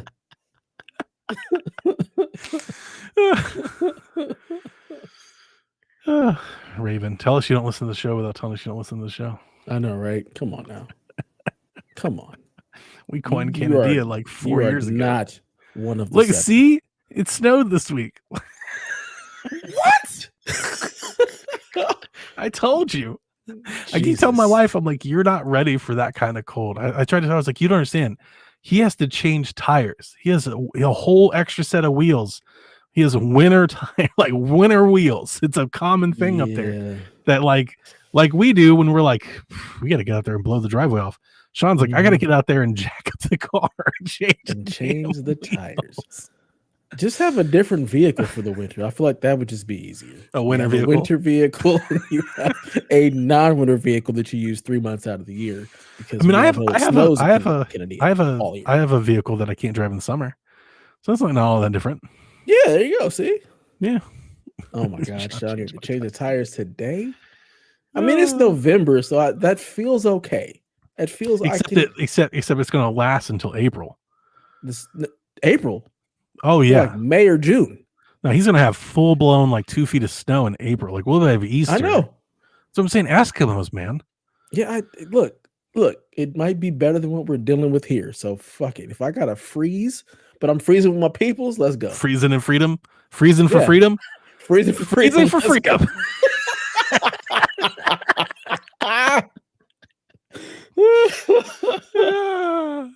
Oh shit! Maybe we can save Haley too and get her a fan that doesn't suck.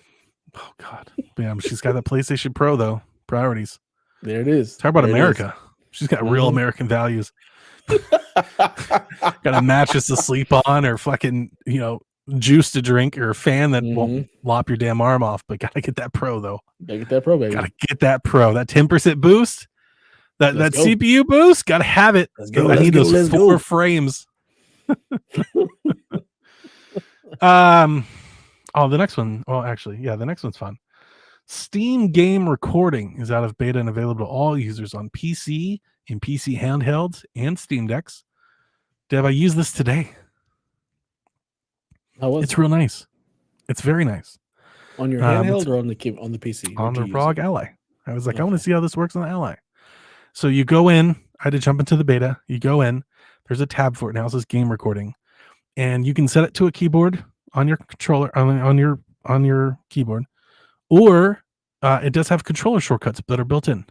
So the way this works is you go into it and you go, I want my game to record in the background, like automatically. And then you can set the time and the quality, which will determine how much space it uses on your hard drive. So I set mine to, I wanted to record 15 minutes all the time. It'll keep the last 15 minutes of my gameplay. And I put it at like medium settings. It's like 5 gigs. So it's not that much. And then I press the Xbox button and the down button, and it takes a clip just like Xbox or PlayStation, records the last 15 seconds. And then here's the cool part that I really enjoyed. I went to share it. I was like, how does this work? Because I haven't been taking media captures on Steam. I've been using the Ally software. And I go to share it, and I close the game, and I go to share it, and it goes, do you want to share this video? And I was like, I do. And I go to collect the share, and I was expecting it to give me like log into Twitter or Facebook. I was like, maybe they have Discord or something. Didn't have any of that. They're like, you can copy it, you can save it to your hard drive, or they're like, send it to your phone. And I was like, that's interesting. I wonder how that works, because the Switch does this, where if you go to share something on the Switch, you can send it to your phone. And what happens when you do that is it pops up a QR code that you then scan with your phone, and then your phone opens a browser and you can download the media. It's clunky. It's not great. Steam goes, you want to send it to your phone? And I go, I do. And they go, you'll receive a message on your Steam app. So I pick up my phone, and my phone is already like, you have a video waiting for you. And I click and I just download. I was like, that is amazing. That's cool. It just did it automatic. I was like, that's great. The PlayStation app works the same way when you take screenshots. It does. So does the Xbox app. It does that cloud thing, except the cloud, you have to like sync with the server to download to your phone, which I guess this is the same way, but like it pings you a notification. It takes you right to it. It's very nice. Very nice. I was like, oh, this is very nice. Like when the Steam Deck gets an improvement, if it's that much better than that, maybe I reconsider. I like it. That's a real nice way to play. So Steam continues to be the platform that caters to gamers. Like these other people are getting their fucking lunch eaten because Steam's like, how do we give them tools and fun shit to do? Well, they sit in Steam. This is why people are loyal to Steam. That's why they don't want to buy their game on Epic. That's why they don't give a shit if you give away free game. They want to buy the game on Steam. I won't understand it because I don't give a shit. Where's the game? Yeah. But people do. I'm double clicking the icon. I don't. But peeps do. Where it's at. Peeps do. So you I mean, Steam people, y'all I can got have my it. Amazon free games. I take all the freebies you want to give me. Yeah. I won't buy stuff though. I haven't bought shit on Epic like ever. I think I've bought one game. It's like 100 games, about like one. I bought a couple of games on Epic because that's where PlayStation was putting most of their games first. But yeah, the reason people Yeah. want the Ubisoft games and the PlayStation games, they want them in Steam because Steam, man, they do right by people. It's real My nice. problem I have is all that shit has to still be launched. Like it has to connect to all. I just let me double click the game. I don't want to have to log if into Ubisoft got rid of the launcher for PlayStation, or Rockstar, any of that. that's not a shit. Steam's problem. If all these other people got It's rid of their launchers and just Yeah. put the games on Steam, then that fixed the problem. Yeah, it just let me double click the game. I don't want to have to log in a bunch of shit. Just go. Sean, I want a copy of Dragon Age. That's awesome. No, it's not, because he still gets to carry on this bullshit not buying games nonsense. Well, no, we got him on Space Marine, the Royal Rumble. You had to do the one. Whatever. Yeah. He needs to buy more games. Buy more games, Sean. I actually live in that. I kind of feel like I'm in that Sean life. Like that's me right now. It's like I got all these games, but like I don't really want to play them. I want to play my old games. I feel like I'm starting to like I'm crossing the threshold into like old gamerdom. It's Look, like I don't. I've been really here for want, a while. I don't really buy want much. any of this new shit. Like I kind of want my old stuff back. Look at you buying N64s. N64s and shit, man. Like new game. Like kind of don't want to do that. Kind of want to get off the ride. Kind of don't like any of this shit. Take your live service, multiple platform, fucking take that shit on somewhere. Yeah, I'll play NCAA 2006 and be just happy. Fucking need you. Will. I got Retro Bowl. This is true. This is very true.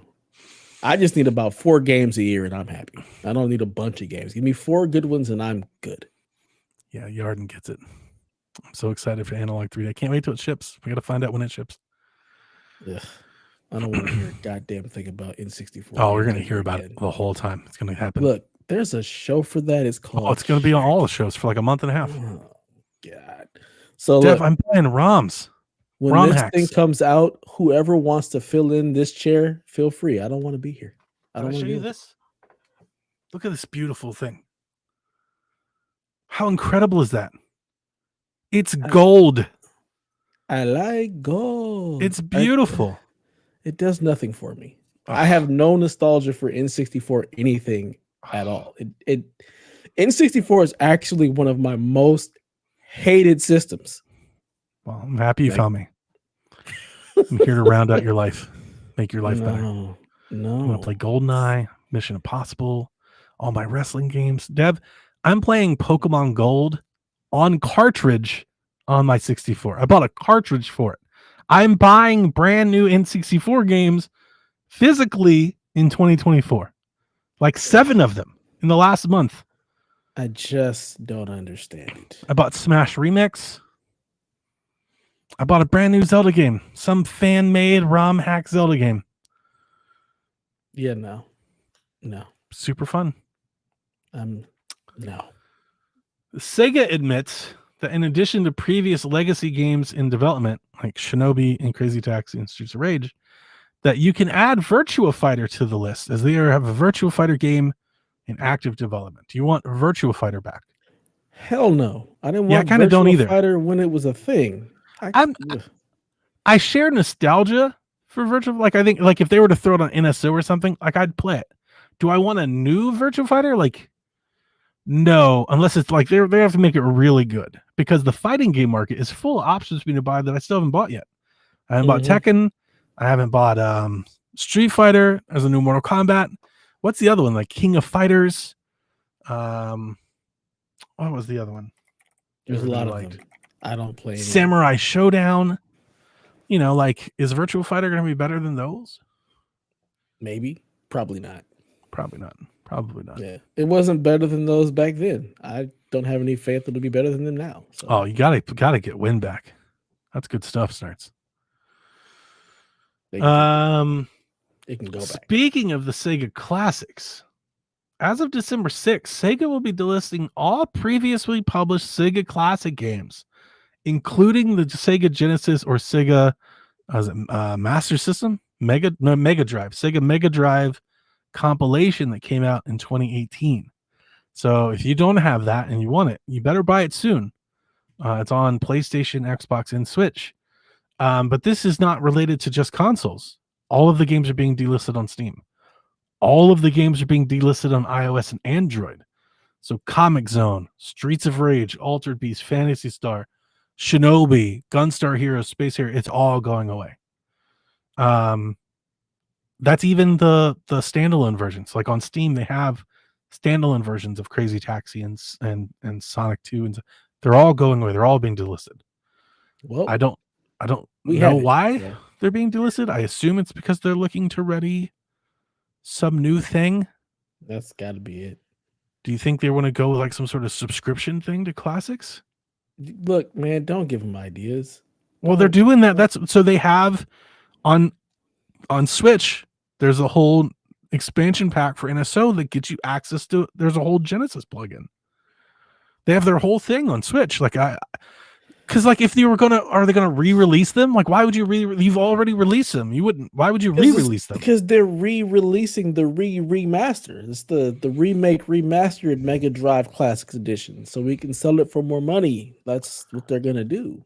Clearly, I saw some people are like, well, they're doing this because they're remaking them. You don't need to get rid of the old ones because you're remaking. People are gonna buy the remakes anyway. Like I'm gonna buy the new Crazy Taxi and still have the old Crazy Taxi. Like why get rid of the old one? The same reason they delisted like the Horizon game so that they could sell you the remastered version.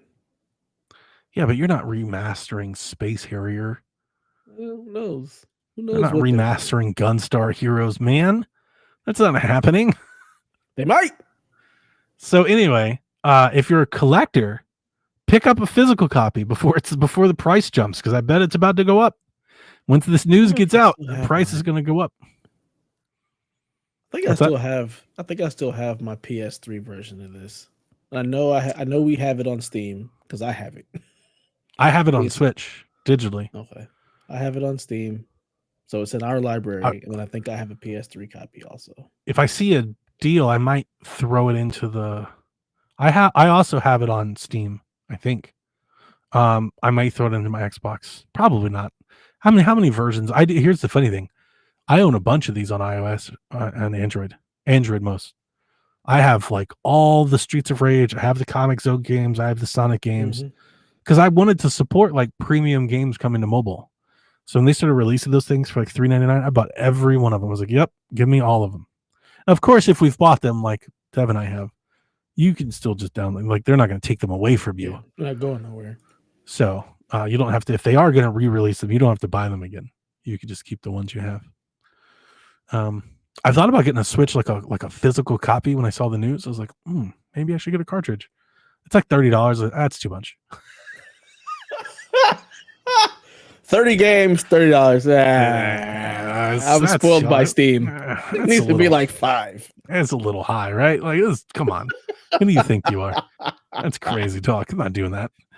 I was like, maybe the thing will rise in value. It's like, oh, it's already inflated. Yeah, it's already too much. Inflation is here already. It's too high. I bet I could pick a disc copy for like $4, but like, who has drives? Nobody's got discs.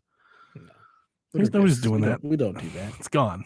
I'm buying N64 cartridges, but somebody make me a Sega Classics collection for N64, and I'll buy that. I'll buy it for like $50. I'll put that bitch right on my N64. Do that. Jesus Christ. 64 does what Steam don't. I do love the ROM hacks, man. It's fun. So we got some rumors. I put so much stuff in here for Delvin. He just didn't show up. 1996's Alone in the Dark 2 looks like it's been tipped for coming to the PlayStation Classics via the Plus catalog. So you can play that. No. Divinity Original Sin 2, the definitive edition, has been rated for PlayStation 5 and Xbox Series consoles. Divinity Original Sin 2 is on those consoles, right? But not the definitive edition, I think is what the deal is here. Oh, I think the fine then. definitive edition was like the Switch version. So anyway, if you're really into Baldur's Gate and Larian and you want to like go buy the game, go support them. I think that's maybe what's happening here.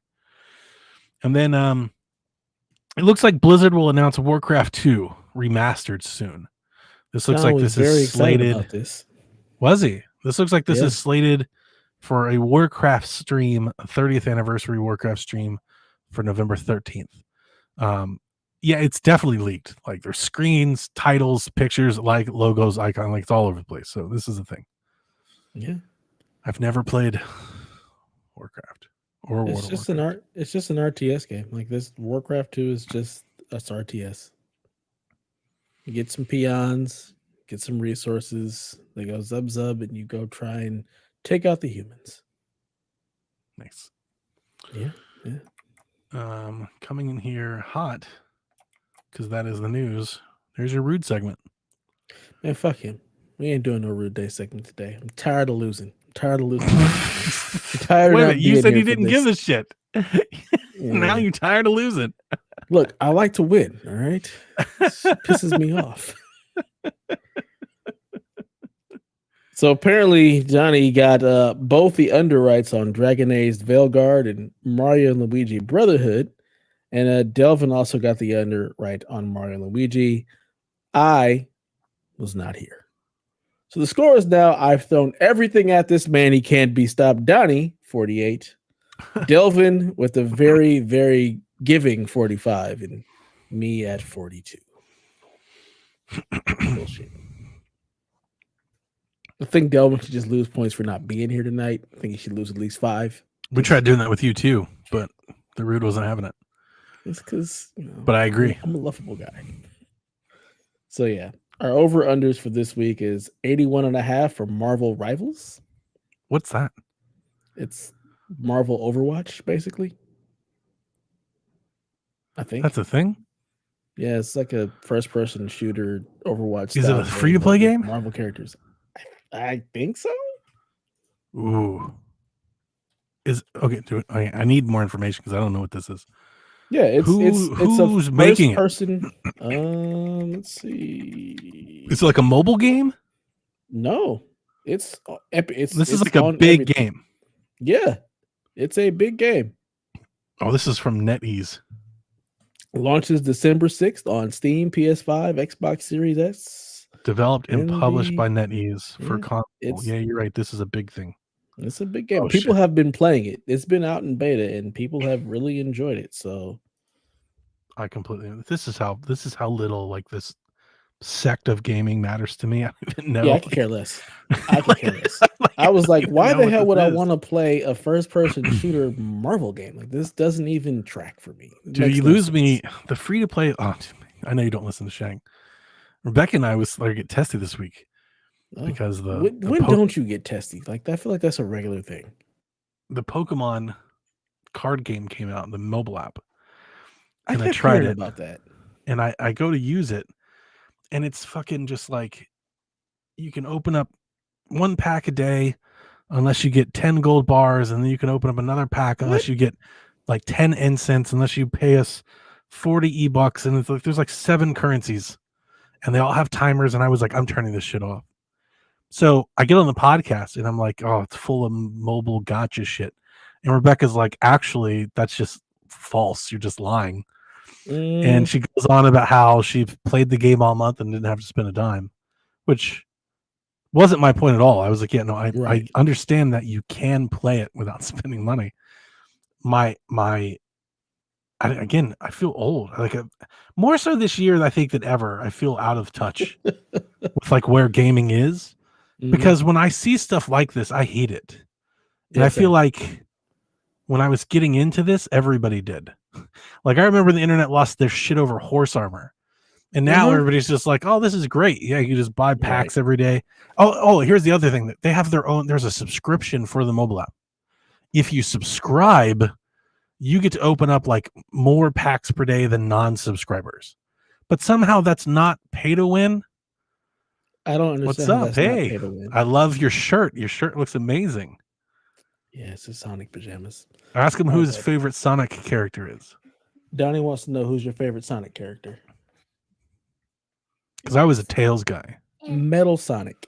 Metal Sonic. Oh, that's super and then cool. Infinite. Yeah. Good night, bud. Oh, now my daughter wants to come and join and say hi. That's even better shirt. That's a killer shirt. I like that shirt a lot. My children. I like why are you throwing your hands up like, oh, my kids, they love me. Like, of course. It's not the love, it's the disrespect. Like they know I'm recording. They're just gonna. Nobody just gives a jump in shit. this. It's a podcast. Listen, I nobody know. fucking cares. Oh, okay. Okay, guys. I love you too. Good night. Oh, he's about to take a bite of the fro. Oh shit. He's hitting the emote. Like, oh damn. Can you do what? Yeah, go ahead. Go get some cake. Get out of here. You Nice. have your candy. Let them Go have to cake. bed. Yes, you can have some grapes. Close my door. You say ribs? No, grapes. Close the door. Grapes. It was like ribs and cake. What the?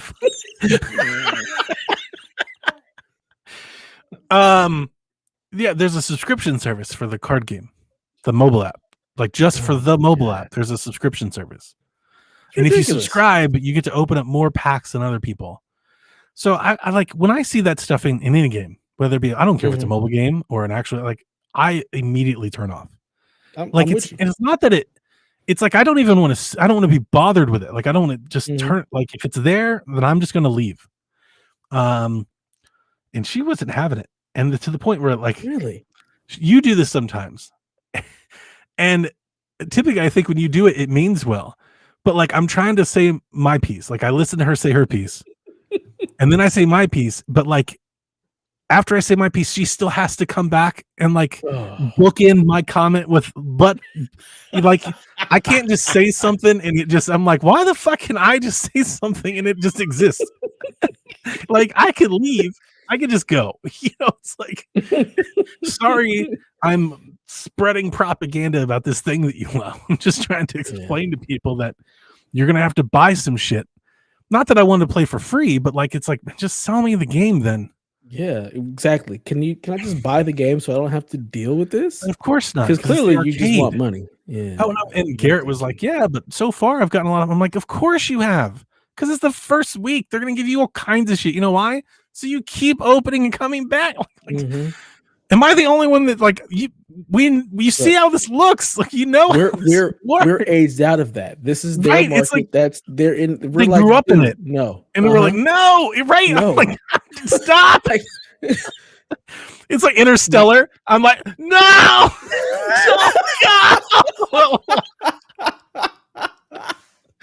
Yep, I know. That's exactly how I felt. I'm like, God, why do you guys just accept this? Right. Just for the love of Pokemon? No, thank you. Just sell me the game. Let me buy the version where I don't have to buy a subscription.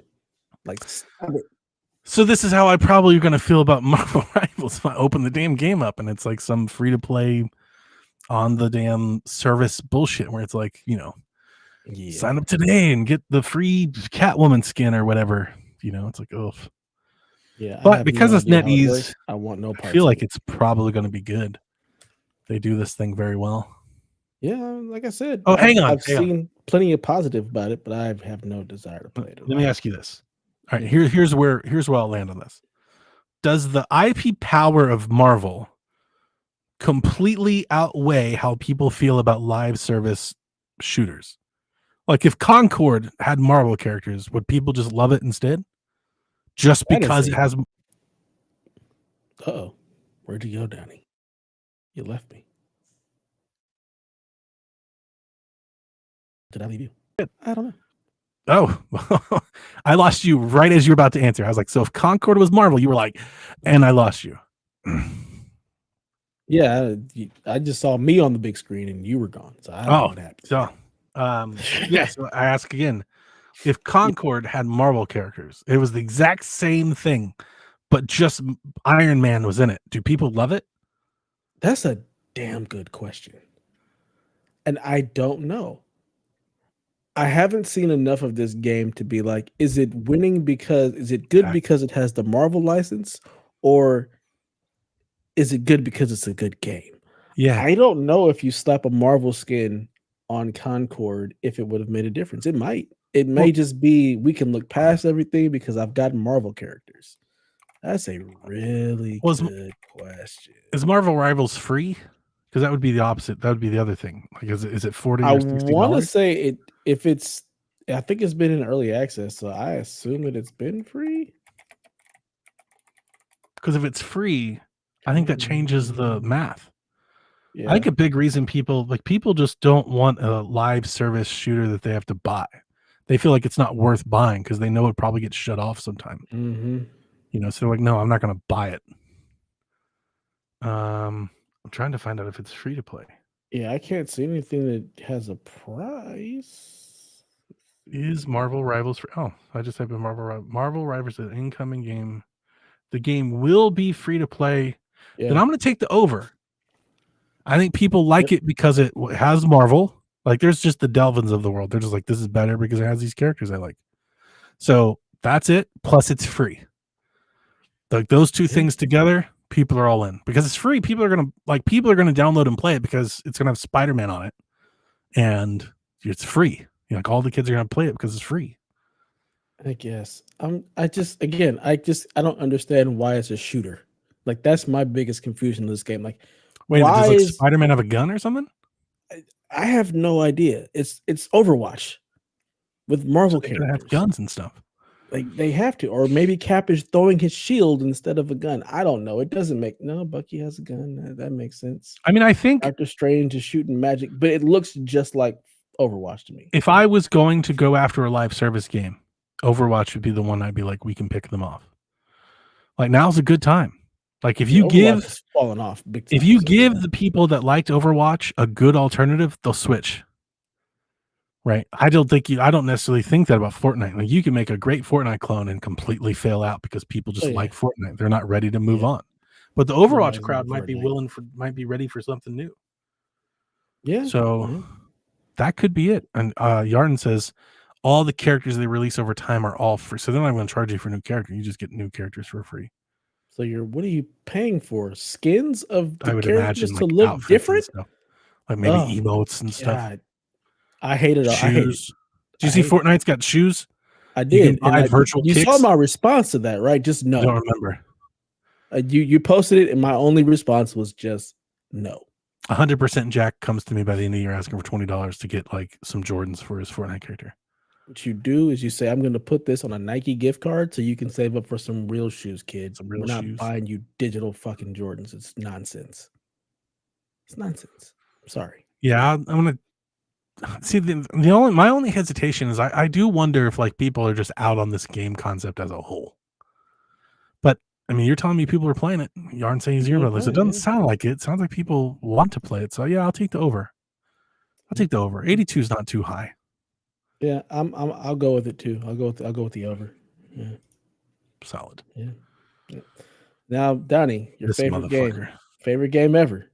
Over or under 90.5 for Microsoft Flight Simulator 2024. 2020 Flight Simulator got a 91. They can't keep getting away with it, right? Eventually, somebody will have to hold them to the standards. Not unless you're reviewing it. Well, then I'm gonna give up the point because fuck them. I'm taking the under. Fuck Microsoft Flight Sim. I've worked hard all year to build this cushion for now, so I can give it away for Flight Sim. Fuck it. Game sucks. It's not a game.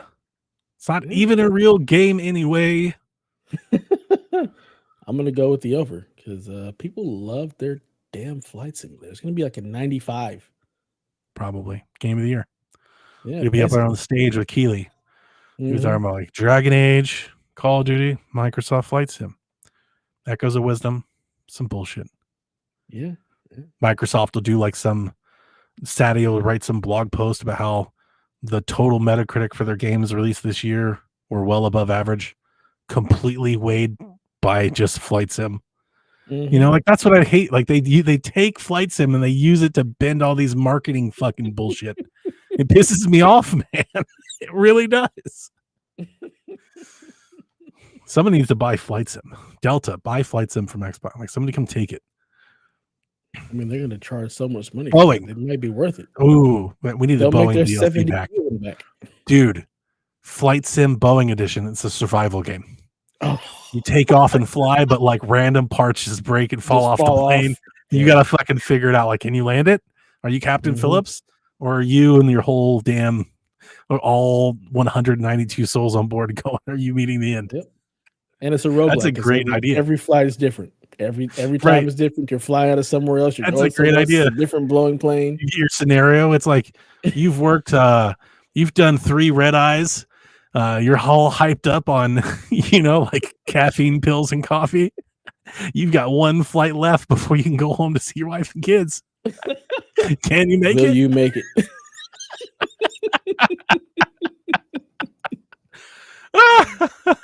There you go, nerds. Boeing Final Destination. That's very good. Yeah. Good stuff. All right. It's question time. Y'all didn't answer Hulk's question, huh? All right. Y'all left it for me, huh? Okay. I think it was you. You cut us off. But I was gone last week. Was it? I don't know. Whoever was Yeah. doing the questions cut us off. Oh, it was Delvin. Yeah, you're right. You jog my memory. Delvin was like, we're going to end it here. He just pulled the dev. He's like, we're not going to answer all these questions. Wow. Good job, Delvin. On Hulk. Coach Hulk. Founding That's where alumni. I left off last time. I left off with man, Coach man. Hulk, so we'll get to it the next one. And Delvin did him dirty. Delvin didn't even do an order. He just picks, he's like, I like this one. And he just picks that one. See, I just go down the list. Rebecca's adamant. She's like, we do them every week. We do them all. We have 40 questions. We're doing them. She's like, we're doing all the questions. Are your shows 3 hours long? No, they're getting there. Honestly, Shaq, we do a pretty tight 90 most weeks. It's pretty close. Yeah, see. For a while there, we were an hour. We were doing an hour 5. Yeah. In and out, like a robbery. There's just not a whole lot of news. When it's just Nintendo, there's just not a whole lot of news. Yeah. So So with that, Coach Hulk wants to know, should a review be based on the game or comparisons to other games in the genre released that year? So should Madden just be a review based on Madden or based on its comparison to other non-existent NFL games, because there aren't any? I think when he asked this, and it's several weeks old now, but I think it may have been Dragon Age or something, and they compared it to another RPG or probably something Dragon else. Age. I think that's something. I don't think you can. I think it's admirable to say you're going to review a game in a vacuum, but I don't think that's actually bias is inherently a part of opinion. Mm-hmm. You can never omit bias out completely. You can say you're unbiased, but you're not. And there's lots of different ways to factor it in. Did you buy the game? Were you given the game? If you didn't buy the game, well, then you have bias. And you can't say you don't, because you do. And you can say it doesn't matter, but it does. It does. You're inherently going to treat that game differently than somebody who plopped down $70. And here's the likewise. If you make $1 million a year versus somebody that makes $25,000 a year, that purchase means something else. It's a different kind of purchase and the value that you're looking to get out of it. So I think games are always compared to other games. And the point you make about Madden, guess what? Madden's going to be compared to last year's Madden and the Maddens of yore. So I think it's to review a game in a vacuum. It's just impossible. I think it's totally fair to compare and contrast a game against other games in the genre and what it does well or not well compared to them. I think that's all valid criticism. Because one, at the end of the day, a review is just opinion, and all opinion is valid. It's up to the reviewer, it's up to the reader to decide whether or not they want to choose to subscribe or deny, your slant on the game. So it's all opinion at the end of the day. So it doesn't matter. But I think that's a healthy way of letting a viewer, a listener, a reader know how you think of the game is to compare and contrast it against other games that are either similar in genre, similar in mechanic. I think that's a classic video game thing. We do it all the time. Hey, it's like this game. If you played it like that game, or if you like the mechanics in this one, or the world in that one, or the story in this one, it's funny. It's dark. It's almost impossible not to, especially when you're trying to give somebody an idea of what a game is. If they haven't played it, the easiest way to do that is to compare it to something else. Yeah. Yep. So, yeah. I wish it could be based on just the game itself, Coach, but unfortunately, there's going to be some inherent comparison and bias no matter what you do. If it wasn't a vacuum, like truly, you would just be telling people what the game is. There's not a whole lot of review there. Mm-hmm. You're like, this Yeah. is what you do. This is what I did in this game. And I liked it. Yeah. Or didn't like it. Like, that's it. You know? Yeah. Which I guess that's also okay. That's more Sure, of a like but free. feels uninformed. Yeah. You know, like doesn't like not really, because here's the other thing, that, or at least the way that I think about it. We've let go, and generally I think the gaming like journalism cycle has let go of the idea that these are products. The whole idea of review, it's a consumer review. These Mhm. are products that you're buying. People want to know if it's worth buying. Yeah. And to do that, you have to compare it against its competition in the marketplace, because it is a marketplace. They're Yeah. products. We have totally lost sight of that, I feel like. I do too. I really do. Well, there you go. John 32. First of all, you spelled favorite wrong, just so you know, John 32. Oh yeah, you know spelled that. it Get that incorrectly. euro in there. Fucking, there's no U in favorite. All right, stop it. Hey, you let this country keep voting, you're gonna find yourself somewhere where you spell favorite with a U. So I'll spell it wrong, then I'll be okay. it seems with like that. it seems like I you ain't might want to throwing no start U in there. adopting the U, because it seems like you want to be there. No, absolutely not. Still spelled. You're gonna start putting the U in Wii U before No. too long. Jesus Christ. So his only question was, what are we drinking tonight? I'm not drinking anything. What are you drinking? Your Rum and Coke. whiskey, rum and Coke. Okay, all right. I did. Do you have? Go ahead. I was just I've set up outside. I bought a bunch of cinder blocks, and I built like a new like burn pit area, so I can burn like all my boxes and trash and stuff. And then next to it, I've set up a little grill area. I got this little chair. I got my old fashioned grill, old smoky, and Okay. I've done all of this with the sole purpose. My wife doesn't let me smoke it in the house because she said it makes the whole house smell like weed. So like now I'm like going Okay. outside, and I'm like putting some boxes in the burn pit, maybe grilling some dinner, and sitting down and enjoying my outside time. There it is. Very nice. It's very I won't be peaceful. doing any of that. Yeah. Sitting out there with I'm playing Assassin's Creed. There it is. Like a little smoke. Assassin's Creed, Creed, burn a little something, make some food. I'm not trying to play Call of Duty, but like I'm not doing any of that. John also wants to know, do you have any new favorite beverages? Oh, that is a good question. Have you adopted a new beverage in your? Yeah. You No. and Delvin were talking about something that he was drinking, right? Like on the cruise or something you liked. You were like, Oh, what's he was that? drinking. Oh God, was that a Jamaican beer? It was Something some I'd kind of never beer heard that he about it. was drinking, and I was I don't asking do him, was it beer. like a Heffenweizen? Because it was because of the color. That was my only thing. Like, what was it? Like, what was he drinking? But it's not. It wasn't anything new for me because I drink a lot of beers. Like that was like that looks like a Heff. Is it a Heff? So, but I don't remember what it was. But I don't have. There's nothing new for me. I'm old. I'm set in my ways. Yeah, I was gonna say this might come as a surprise, probably not, but I'm kind of a traditionalist, and yeah, like I have the things that I enjoy, and I'm not really looking to replace them or add to them. Like I'm content with my choices. Same. I'm a rum and Coke guy. I will mix in a rum and ginger beer and do a dark and stormy when I'm feeling spicy. I do like that. I can exchange the rum with bourbon if I'm feeling particularly generous. Bourbon's more expensive. I like rum because it's cheap. If I'm on vacation on a date or something, especially if I'm at the beach, I do love I love a good mojito or like a hurricane. That's like vacation done. Hawaiian shirt me. I'll do something like that every now and again. But outside of that, I got no need for something new. Yeah, I'm a beer guy. Just give me a beer. Give me a High Life, the champagne of beers. Give me a Heffenweizen. Give me a Red Stripe. I can't do beer. I I have drank a High Life. Like I can get that down, but like I don't know. I generally just don't like the taste of beer. I'm Like I kind of wish the it same way did. with like hard alcohol. I'm just not a big. I can only do Yeah. so much of the hard liquor. Just give me a beer. Yeah, my wife, she doesn't like the light taste of beer either. But she only drinks liquor if it's like it has to be heavily flavored. That's why she likes vodka. It just And sounds like a you know, she headache. likes a lot of sugary things because it's it's like it's almost like the alcohol is Ugh, there, but she doesn't want to taste it. Whereas I am the right. opposite.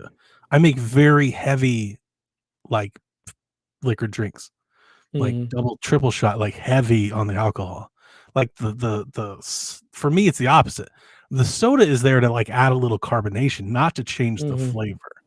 Like Yeah. I'll drink rum straight or like bourbon right off the rocks if I'm in them, especially if it's hot and I want it like Hmm. really cold. But I really just add the soda for the carbonation. It's like the splash. I want it to be carbonated.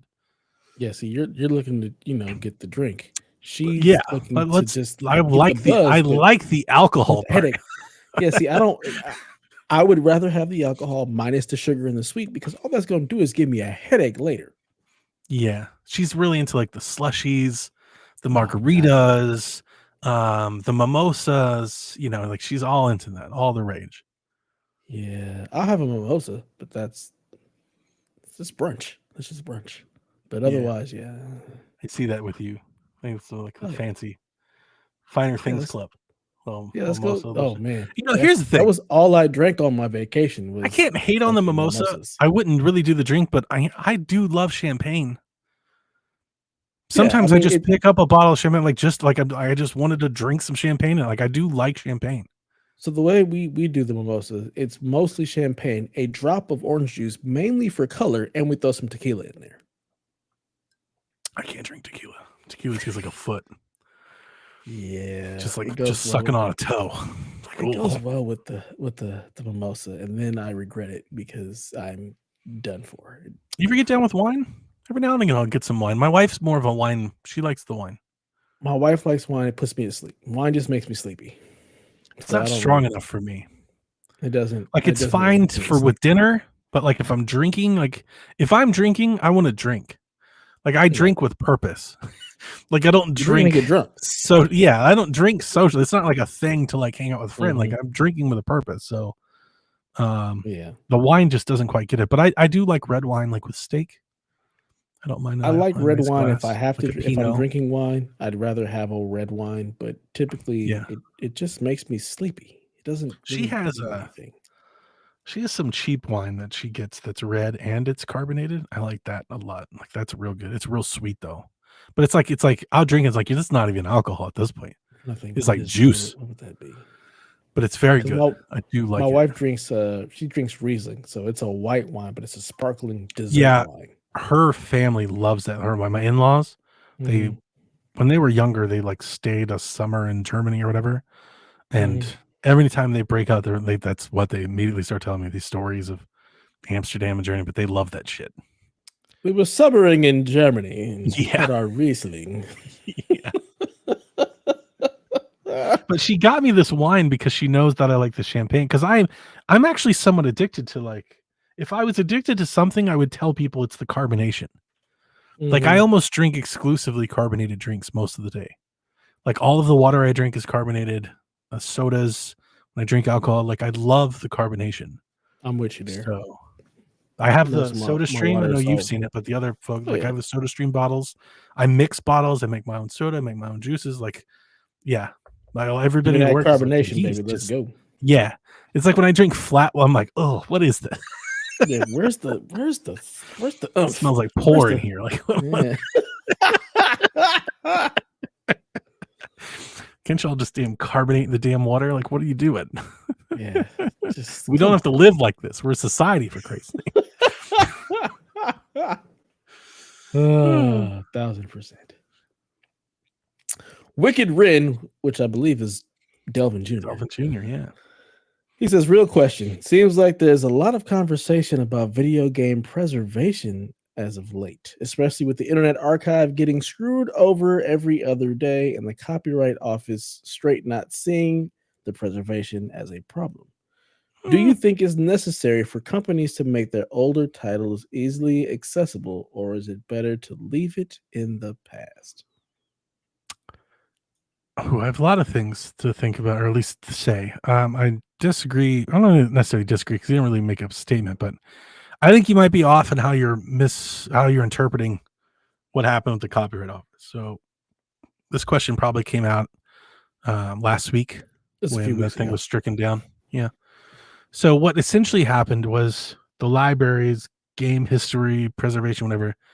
What essentially they're trying to do is they want to be able to stand up a virtual network for people to access out of print games.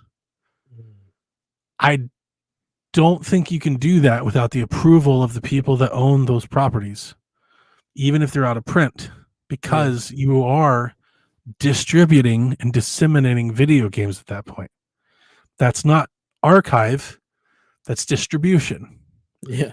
And the preservation people want to act like it's not, but it is. And they're like, but it's not books. Again, they're different. These are video games. And just because Sega or Sunsoft or Square or Nintendo don't want to give you the arcade copy of Donkey Kong 2 or whatever that they haven't seen since 1982 or whatever, doesn't give you the right to put it on a server for other people to access. You don't have that right to do that. Yeah. And that seems to be the rub. There are people with this preservation mode where they're like, I want to have the right to do this. I bought that, but you don't. You don't. It's not yours. And we've done this on Shaq several times. So when I say this, I always feel the anger coming from the other side of the microphone, because gamers don't like hearing this. They don't. They're like, this is mine, this is our, but it's not. It's not. You're not your properties.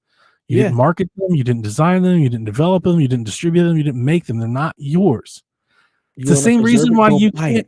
It's the same reason why it's illegal to create your own Netflix server and distribute movies. You can't do that. It's not allowed. Yeah. So I think it's crazy that all like, these kids need. They need to put in a VHS tape or an old DVD where it says where you get the whole copyright information. Like, correct. You cannot make a copy of this and distribute it because you don't own it. I think it's totally fair to allow people to have like a library, an archive, a museum where they're like, these are old games and you can come play them. There's nothing wrong with that. Pull the physical thing off the shelf, plug it in. But when you start saying we want to distribute this to others, then you are encroaching on established marketplaces. And that's not okay. And I would hope that any government would protect an industry against that. Because otherwise you're legalizing piracy is eventually that's basically what you're stepping into. And that's not allowed. And this whole, I feel like the emulation thing, especially the preservation slant, it has been, I'm sure it's not everybody. I'm sure there are some people out there that are like truly want to preserve games, but that is being bent by the people that want to pirate them. And there's more of them than there are of you. It's about piracy.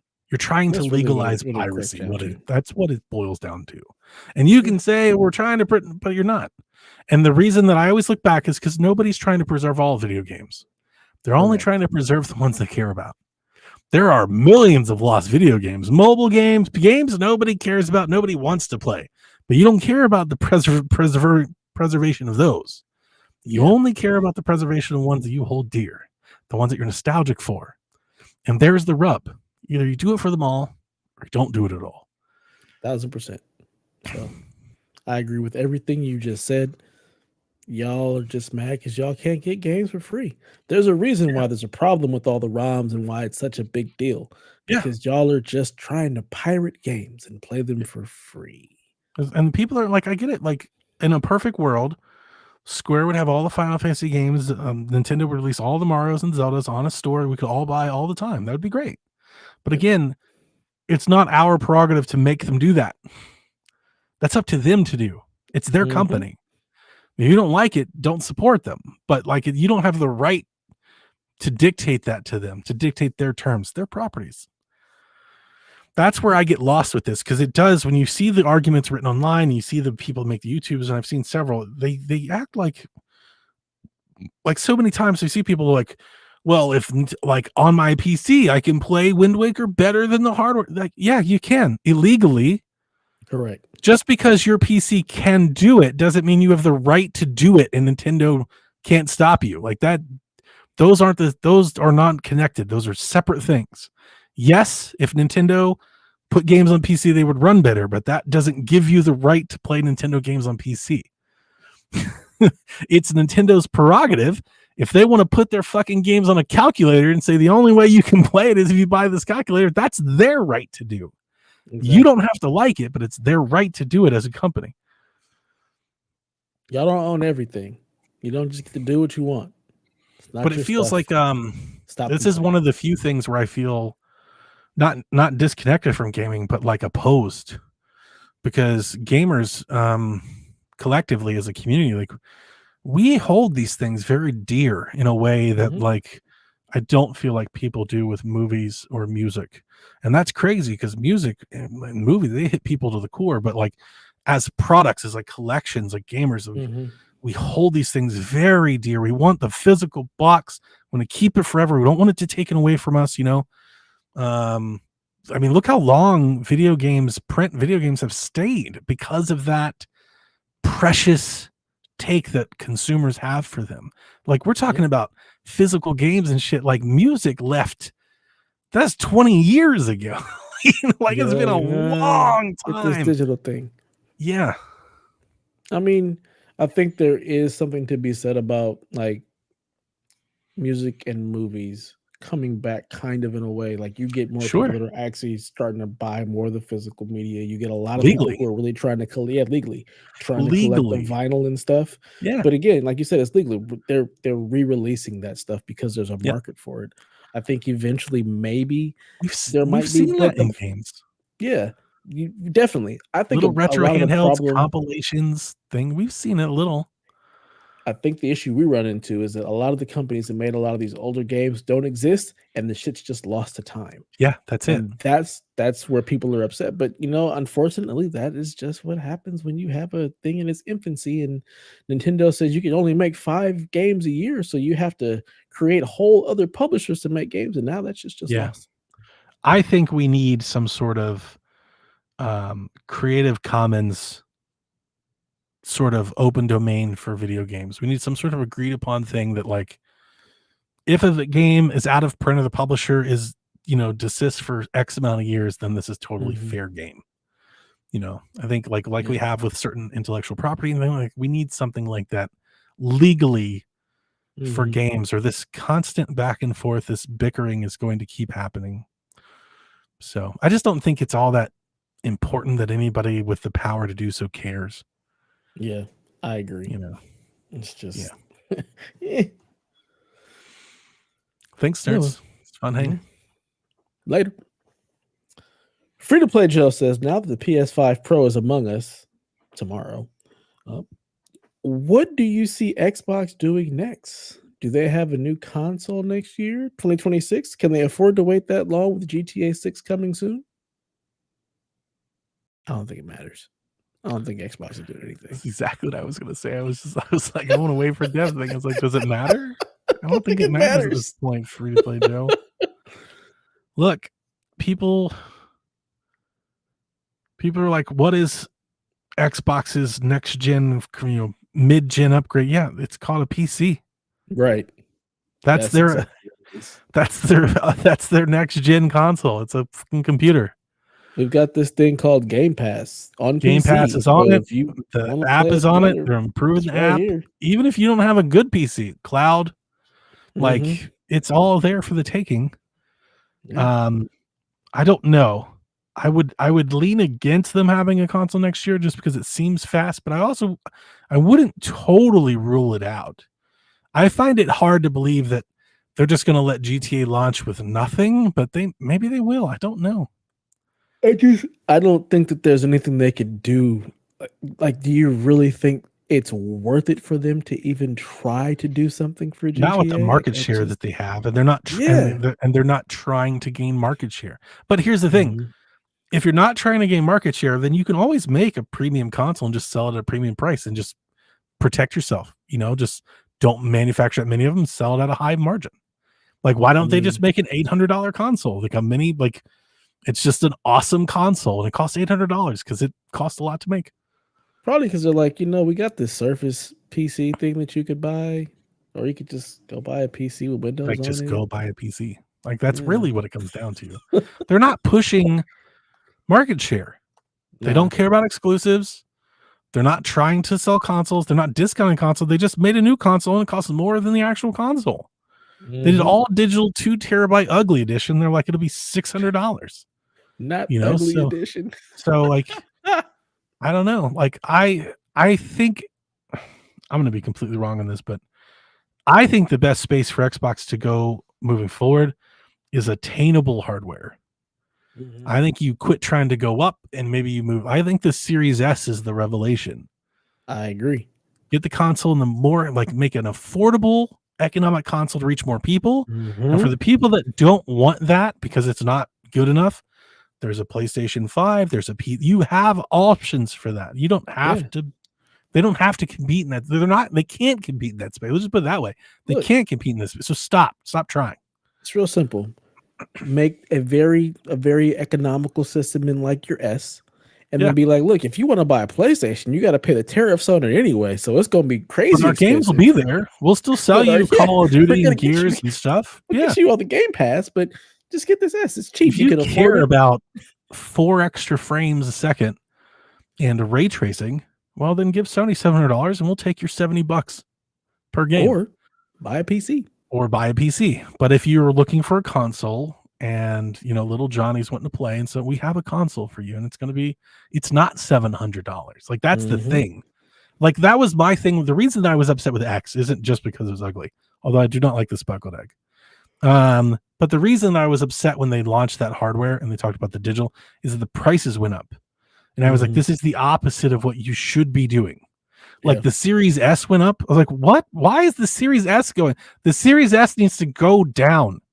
You, instead of making a terabyte or you should have been like, how do we sell Series S's for $150, $199? That should have been the goal. How do we make them stocking stuffers? The Switch Lite should have been the goal with the Series S. But they were like, nah, we can compete with the PS5. No, you can't. No, you can't. You can't. You're being outsold 4 to 5. PS3. Yeah, you can't. And like the Series S, instead of like PlayStation is like, what does a PlayStation 5 cost? Like a standard disc PlayStation 5. Either $450 or $500, one of the two. Then the Series X should have been $299, $349 max. They should be looking to put themselves just under at every step away the shelves, not for market share, for the alternative. That's the cheaper, like when people walk in to buy a thing, they're like, hey, you can get the PlayStation, but it's $100 to $150 more. That's an inflection point, and if you're the same price or even near it, like if you're the Series X or a PlayStation 5 digital, they're going to go digital because it's a PlayStation, because it's better. It's got better games, it's better.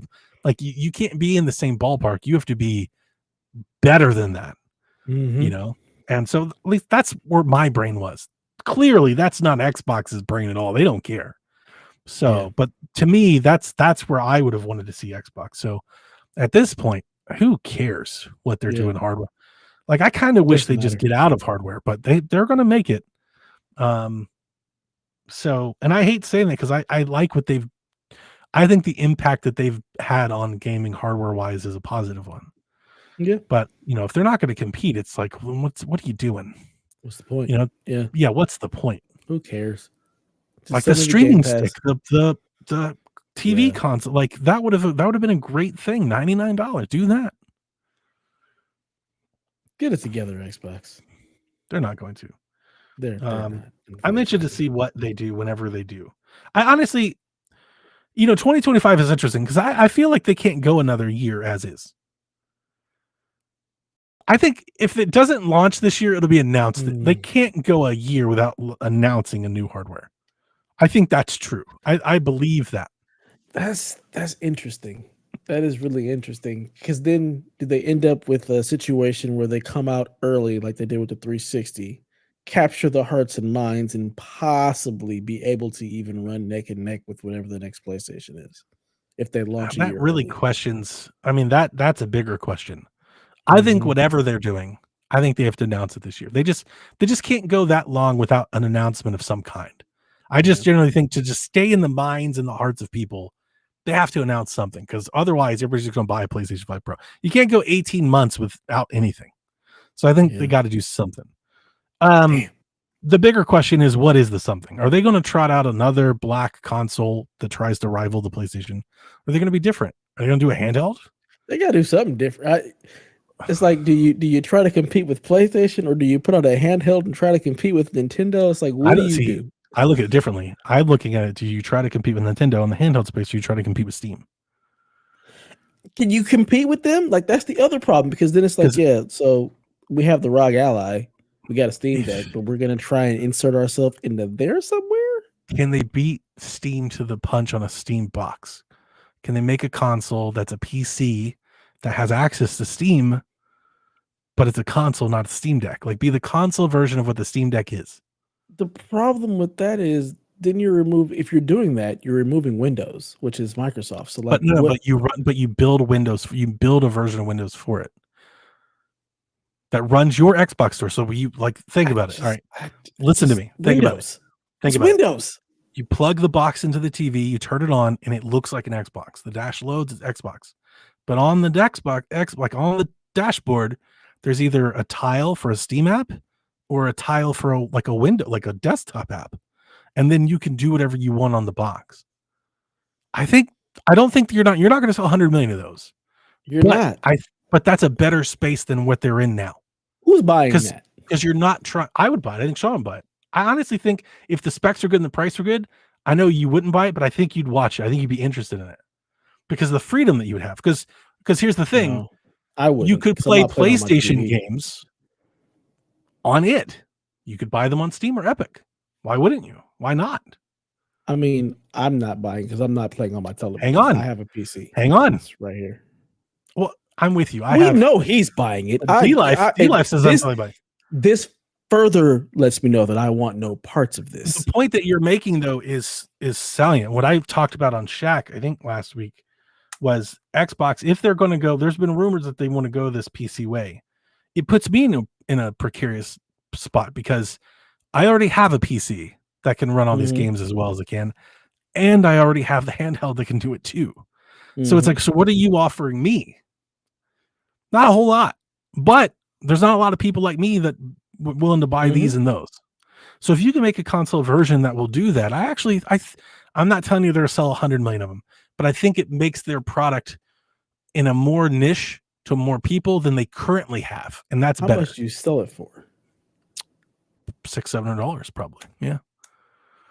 Oh no, maybe $8, because maybe the handheld's cheaper. I don't know. I honestly don't know. I don't know what you do. I'm to the point now where I'm to the point now, because here's the thing: it's not about winning a console war anymore. Now it's just about offering a hardware just to say you have it, to extend your ecosystem, to have Game Pass on something. If PlayStation's not going to let you have Game Pass on it, well, then you got to find something to put Game Pass on, right? So you've got PC, and that's going to cover X amount of millions of people. And for the people that don't want a PC, you got to have something for them. And that doesn't mean it's got to be 100 million units, 50 million. It don't have to be 15 million units, right? But how do you keep the people that are interested in Game Pass? How do you keep them entertained? And I think that is a better alternative than them coming out with another black box that's the Xbox version of the PlayStation.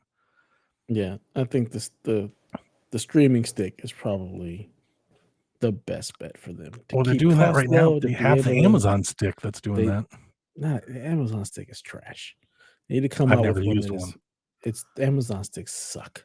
I hate those things. I think you're right in the cloud space. I think the cloud space that's obviously the place where they can find exponential growth, tap into new people. But again, are people ready? Like, is anybody ready for that yet?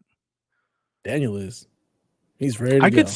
I could see like a cheap Apple TV like box that has streaming and maybe some local capability. Yeah, that's kinda something. Like the new Chromecast box, like it's a little. Yeah, that's something. That's not nothing. I guess that might work better. They said they would do like a mobile store and stuff. You can have mobile games. Like, throw the It's not- Steam link on there, and you're able to just yeah, play your Steam yeah. games from your PC. I I don't still know. think the power that they've had the option, had they ever chose, to deploy Windows for gaming and make it really special, and they've just never, they either never cracked it or never invested into it. If they're going to do a handheld that's going to interact with your console at all, they have to. They can't do those two things. You cannot run an Xbox proprietary handheld.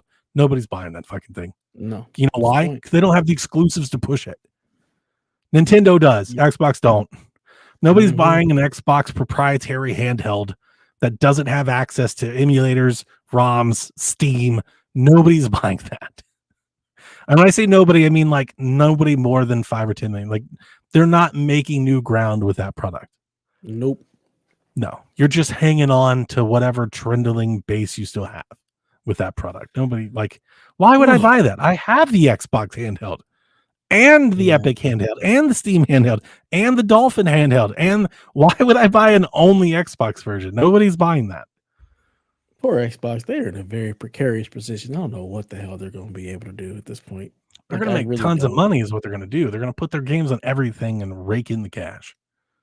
If everyone lets them, that's the other thing. Because Sony could just Well, be you can't like, stop "Yeah, the fuck it." game. They're going to put Call of Duty and stuff. Oh They're yeah, gonna, Call of Duty for sure. well, I mean, all But the then games. Like, then- there's nothing then- stopping them then- from publishing Halo on Yeah. PlayStation. They're just third party. That's really what Yeah, it is. They're it just really going to is. become a third party publisher. That's it. They're just third party. And the question is whether or not they can have like, the question really is what is, like, if they offer hardware, what's the purpose? Mm-hmm. Does it bring new people in? Because then cloud streaming, cloud handheld, right? Yeah. Or is the option to console? Then do they mix with PC or what? You know, like, but I like the idea of be different. Do a handheld, do a streaming stick, let PlayStation be your console, let PC be your high end. Yeah. Why make it? Why fight and Yeah, shit? why? And why? Well, Exactly. just You put have the all games these on games. there and call it a day. Why? Yeah, Yeah. why dump money into R&D to make a console when you really don't need to? You have the No. games. Just make money off the games. use their You console. got the PC. Yeah. I think I told you guys. I feel the same way. PlayStation, like, there's a lot of people like they need to have a hand. I'm like, let Switch be the No. handheld. Yeah, for real. Let's just keep putting the Why Horizon enter Lego another over there. market? Like, you already have the Switch. You've got the Steam Deck. You've got the ROG Ally. You've got the Claw. Yeah, you've got the backbone controllers and the phones and the razors. Why enter that market for? Right. You save yourself all the research and development costs, and you already have an install base if you Marketing just put the game risk. there. Yeah. You risk something comes out and either people hack it or they just don't buy it, like the PSVR or the Vita. You save all of that and, like, you know what? We're just gonna put Horizon on the Switch 2. Done. Yeah. Done deal. Yeah. Like, we did it, guys. We're I gonna just don't understand. put Last of Us on the Steam Deck. Did it. Done. Solved. Yeah. You know, Now we're everywhere, and We we fixed still are it. going to have our loyal console base because that's where the games come first. and if it were me and they're targeting, because I think they're doing the PC thing, really targeting handheld. If it were me, I would target Switch 2 first and then come to Steam later, just so you're not risking your console sales. Because I don't think anybody would dump the PlayStation for a Switch, but I do think if they keep publishing games on Steam, you do run into an issue at some point where people are like, do I just get a PC instead? Especially as the PlayStation, the console price goes up. Or we just keep having the Rob 3000 conversation where he buys a new PlayStation. It just goes every back 6 and forth, months. back and forth, back and forth, back and forth. Did you see this fucker? I was like, here I was grilling Oh yeah, my I saw cheap the ass Rob steak. 3000 I got this version old of ass grill that. that I love. Yeah. This motherfucker, he's like, yeah, I'm grilling too, in like his oasis of a yard. He's Mhm. got like fucking The whole cabanas, and outhouse shit. shack It's and like, everything. what Like, the what is- fuck? Smells like porn here. That's what it smells We like. know right? who he voted for. Mhm. I'm kidding, Rob. I love you. But yeah, Oh man. I was like, Yeah. damn, I feel poor as hell looking at this photo. He's He had like got a strung up lights and whole shit, right? Or am I just No, adding things to the photo? No, it was Yeah, yeah. definitely an oasis. It was like he had a whole hideaway. Like this is a Yeah. 7-star resort here. Like a corporate, like a damn, this is a commercial establishment. This man has a bar outside to host and He's entertain at parties. a corporate retreat in his backyard. That's exactly what I was like. I was literally sitting on a stump because the chair that I ordered hadn't arrived yet. And you remember the tree fell down? I had the stump. I literally put the stump next to the grill and I was sitting on a stump. This You might as motherfucker's well like, have been yeah, we've have had just a hammocks. can of beans in there, just a can of beans you're roasting, and just complete the meme.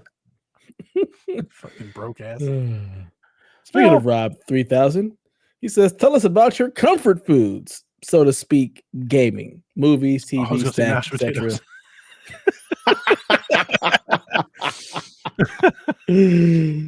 He says, "Sometimes we all just need a bowl of pho and a rewatch of Lord of the Rings in whatever form that takes."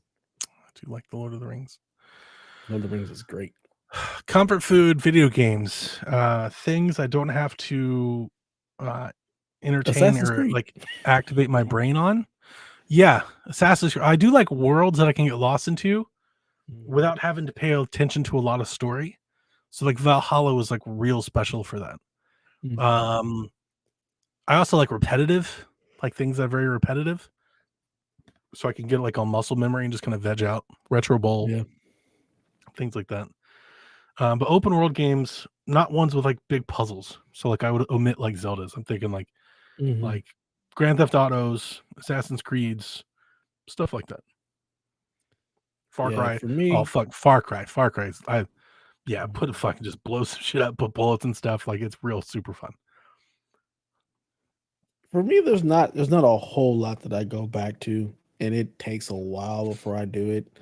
Like right now, Tomb Raider is that for me. Like it's just a game that I know very well that I can just go play and enjoy and not really think about too much and shoot a bunch of people in the face with bows and arrows and handguns. And it's great. But I don't really have a lot of like comfort food gaming. Like gaming isn't like my comfort thing. Like I don't go to that in a repetitive, like this is the game that I want to play. For me, it's more of like the escapism and jumping into like some giant world. But I'm not big on repetition. Like I don't rewatch a lot of movies. I don't replay a lot of games because once I've been there and done that, I can't get lost in it again. I get bored and I zone out and I'm not paying any more attention. So it's really hard for me to find stuff to constantly go back to. I don't do a lot of reruns. I don't rewatch series. It's just never been my thing. So it's hard to say like my comfort food. It's more of game type. So if I need something, I want to play something that's open world that I can get lost into that has decent combat. The other thing I was going to say, Last of Us. Played the game like 30 times. Thought about playing it today. I haven't played it since. I never finished the remaster either. I didn't either. I played it for like 3 or 4 chapters and moved on to something else. But I almost thought about playing it. Like Last of Us, like kind of like I think it's more of that escape for you. It's like, especially if I'm feeling stressed, like that's something I'll just kind of, because that world envelops me. Yeah, it's like I kind of turn everything else off. I'm like, I live The Last of Us when I'm in there. Nice. Yeah, I thought about replaying Horizon since the remaster is out, but I just haven't gotten around to it. I was gonna do that once I got done with Tomb Raider, but Dragon Age is something that I think is newer, so it's something that I can get into that it's not repetitive yet, that I haven't already seen or done before. So that may end up being what I end up playing instead. My only thing with the remaster, and it does look good, but I said this, I think when it was announced or when it was rumored, if I was going to replay Horizon, I think I'd just replay Forbidden West. I'm really kind of, I think, different than most people. A lot of people are like, that game's just too bloated. It's too long. I'm like, man, I love that game. If I was going to replay one, that's the one I want to replay, not the original one. I think I'd rather replay the original one, probably because Forbidden West just feels too soon. Like I just did that. So I think for me, I'd rather replay the original because I haven't played it in so long. I only played it the one time. I never played through DLC. That's another thing with me with DLC. If it doesn't come right when I'm playing it, I am never going to finish it. Like I tried to go back and play Frozen Wilds. I never did. I never finished it. The Burning Sands that came up for Forbidden West, I never finished that. Like I played like an hour and I was done with the game. If I'm done with the game, I'm not going back. Cyberpunk And is like the one exception. Like that was perfect because I played it when the DLC came out, and that was great. right, it Like, was just one shot. yeah, To I you, want to it wasn't the replay that again. DLC. Like To a you, year it's ago. just Cyberpunk. It was part of the game. Yeah, Yeah, yeah. And for me, it wasn't because I played it, but like I replayed the game with the DLC. I did the whole thing, so it was a straight shot. So I have that similar experience where it's like I played this whole thing at one time versus it being segmented off and everything. But man, Cyberpunk's special, isn't it? it's so special. Oh my Like god, what a great story, great game, but like great story for games. Like just a crazy. They really just rushed that damn thing out there, but like it. In the end, they still landed the plane eventually, like they got there. Yeah. But like They built they the whole were giving new plane copies of while that they were thing trying to away. land it. It was so bad. They were like, "Please take this game." Please buy this. And then by the end, they were like, "No, it's $70 again." Like what a fucking wild like that's a crazy story, but they totally did it. And God, the game is so good.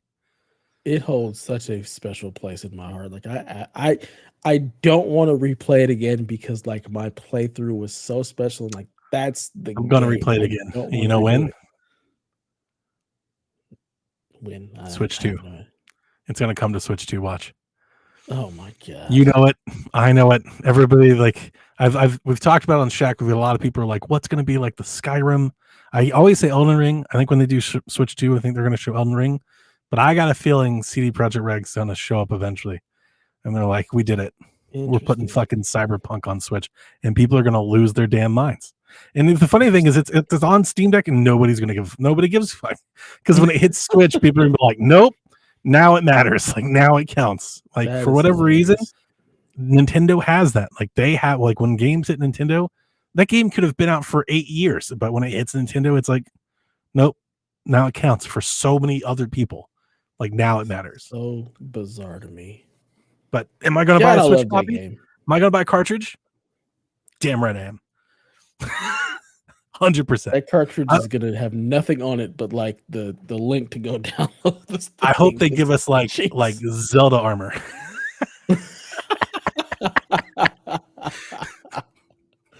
Oh, that would be hilarious. Stingray had like basically the same question. Wait a minute, what would you do in Cyberpunk? It'd be Metroid, right? That's a good question.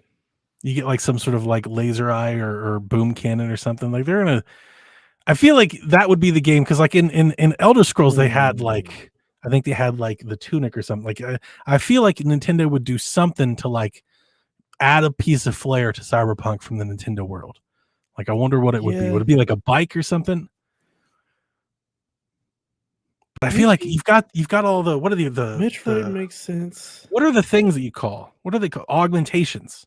Yeah, I feel like the body mods. Yeah, Nintendo, a mod from something Nintendo, I think would make a ton of sense. I'm thinking like swords. You could have a bastard swords sword. are good. The Master Sword, that's very good. I would totally. You definitely have like the arm thing as a cannon. Master Sword. Yeah, that's what I immediately go to the arm cannon. Or like a scanner, like could you imagine like Samus's visor or like an overlay of vision or something? Like, oh yeah, absolutely. Oh yeah, could definitely do that. Fuck man, Cyberpunk, such a good Switch 2, baby, Switch 2. No, just like they did The Witcher. Remember The Witcher 3 at Switch? People were like, "Holy shit! Yeah, you can play The Witcher 3 on Switch in all of its 540p glory." They did it. Oh, you poor Nintendo people. You love that shit. You eat it up. We do. We really do. Here I am playing Assassin's Creed and God knows what frame rate and resolution. I'm like, it's pretty good though. It works. Yeah, I'm having a good time. Smoking Joe, I gave you back your smoke, sir. You're no longer smokeless. You are Smoking Joe. You have your smoke back. Homeless Joe. Good to go. Homeless Joe. Damn. Damn. He said, no smoke for you, sir. You're not homeless. He says, is the pickle witch the whitest way to eat a sandwich? I don't know what this is. I assume it's a sandwich with pickles. I would think that it's a sandwich with only pickles. Are pickles inherently white? I don't think so. I Black know folks plenty don't of like pickles? black folks that like pickles and will just I eat love a pickles. pickle. I'm a pickle fan. I'm not a huge fan of I pickles. feel like eating a sandwich on just cucumber would be some white shit. Oh, that's definitely some white ass shit. Yeah. But Yeah. pickles the barbecue. That doesn't sound that. Yeah, I feel like pickles is universal. Here he is. I think Smoking Joe. we He all. shows. Say his name and he appears. It's a sandwich with pickles as the bread. What? That's just poor. I don't know how else to. I don't know who's eating. It's a like sandwich with it just sounds like a pickles as- carb cutting thing. You're like, I can't have carbs, so I eat my sandwiches on pickles. on It's kinda pickles though. gross. It's kind I of gross. think it's gross. It's slimy. I feel like that's not. And I love carbs pickles, at but all. not as the bread. Yeah, no, absolutely not. But no, I don't think it's. It doesn't feel like a white thing. It doesn't. It doesn't Jimmy feel John's is- inherently white. So apparently, it's a Jimmy John's thing. I've never had Jimmy John's. I don't even know. I wouldn't even know where to find a Jimmy It's John's. a mediocre sub shop. Hmm. It's like better than Subway, but like not as good as Quiznos or Firehouse. I haven't seen a Quiznos in forever. Those They all got exist? well. So funny thing is, I tweeted one day. I was like, I posted on Threads. I was like, man, I really miss Quiznos. And somebody was like, I went to one yesterday. I was like, what the fuck? And apparently they were like, like the company Quiznos, the corporation's gone, but apparently like licensees or whatever are allowed to keep their Quiznos. Oh, But like, weird. isn't it weird because the company's gone, which means the supplying is gone. So like the Quiznos sandwiches that you remember, like those aren't this. Like they can still try to make the same sandwiches, but they're not the same. You're making it out of ingredients that you get from like the farmer's market or Walmart. Or like it's not the same thing. So it's like, what's the point? That's weird. It's weird, right? Like Yeah. that's weird. Yeah, it's really weird. Do you guys have Jersey Mike's? Yeah. Okay. Jersey Mike's is better than Jimmy John's. Yeah. None of these are like great sandwich shops, though. These are all really low on the sandwich scale. Like of all of the fast foods, like Firehouse is better than all of these, and Firehouse is like just good. Firehouse is like it's fine. So, do we? I think we have Firehouse out here. But like the Clevelander in me needs to tell everybody, or anybody that's from the Northeast, really, if you're from Rhode Island, Boston, New York, like you need to go better places and make real subs. you have, if these are the subs you've had, you've never had a sub sandwich in your life. I'm telling you. Like even like pizza, like Donato's in Ohio. Donato's like cheap, thin bread, like thin crust pizza, but like their subs are better than all of these fast food chain subs. So basically, Chicago fast food chain subs. Just stop doing it. Go to a real restaurant. It's just you go to a restaurant, go find yourself an Italian or a German village, particularly an Italian place or like a German pizza shop. Go eat yourself a real sub sandwich on a real toasted bread with real cold cuts. Like it'll blow your fucking mind. You'll be like, I've never had a sandwich in my life. Yeah, we don't do that here, unfortunately.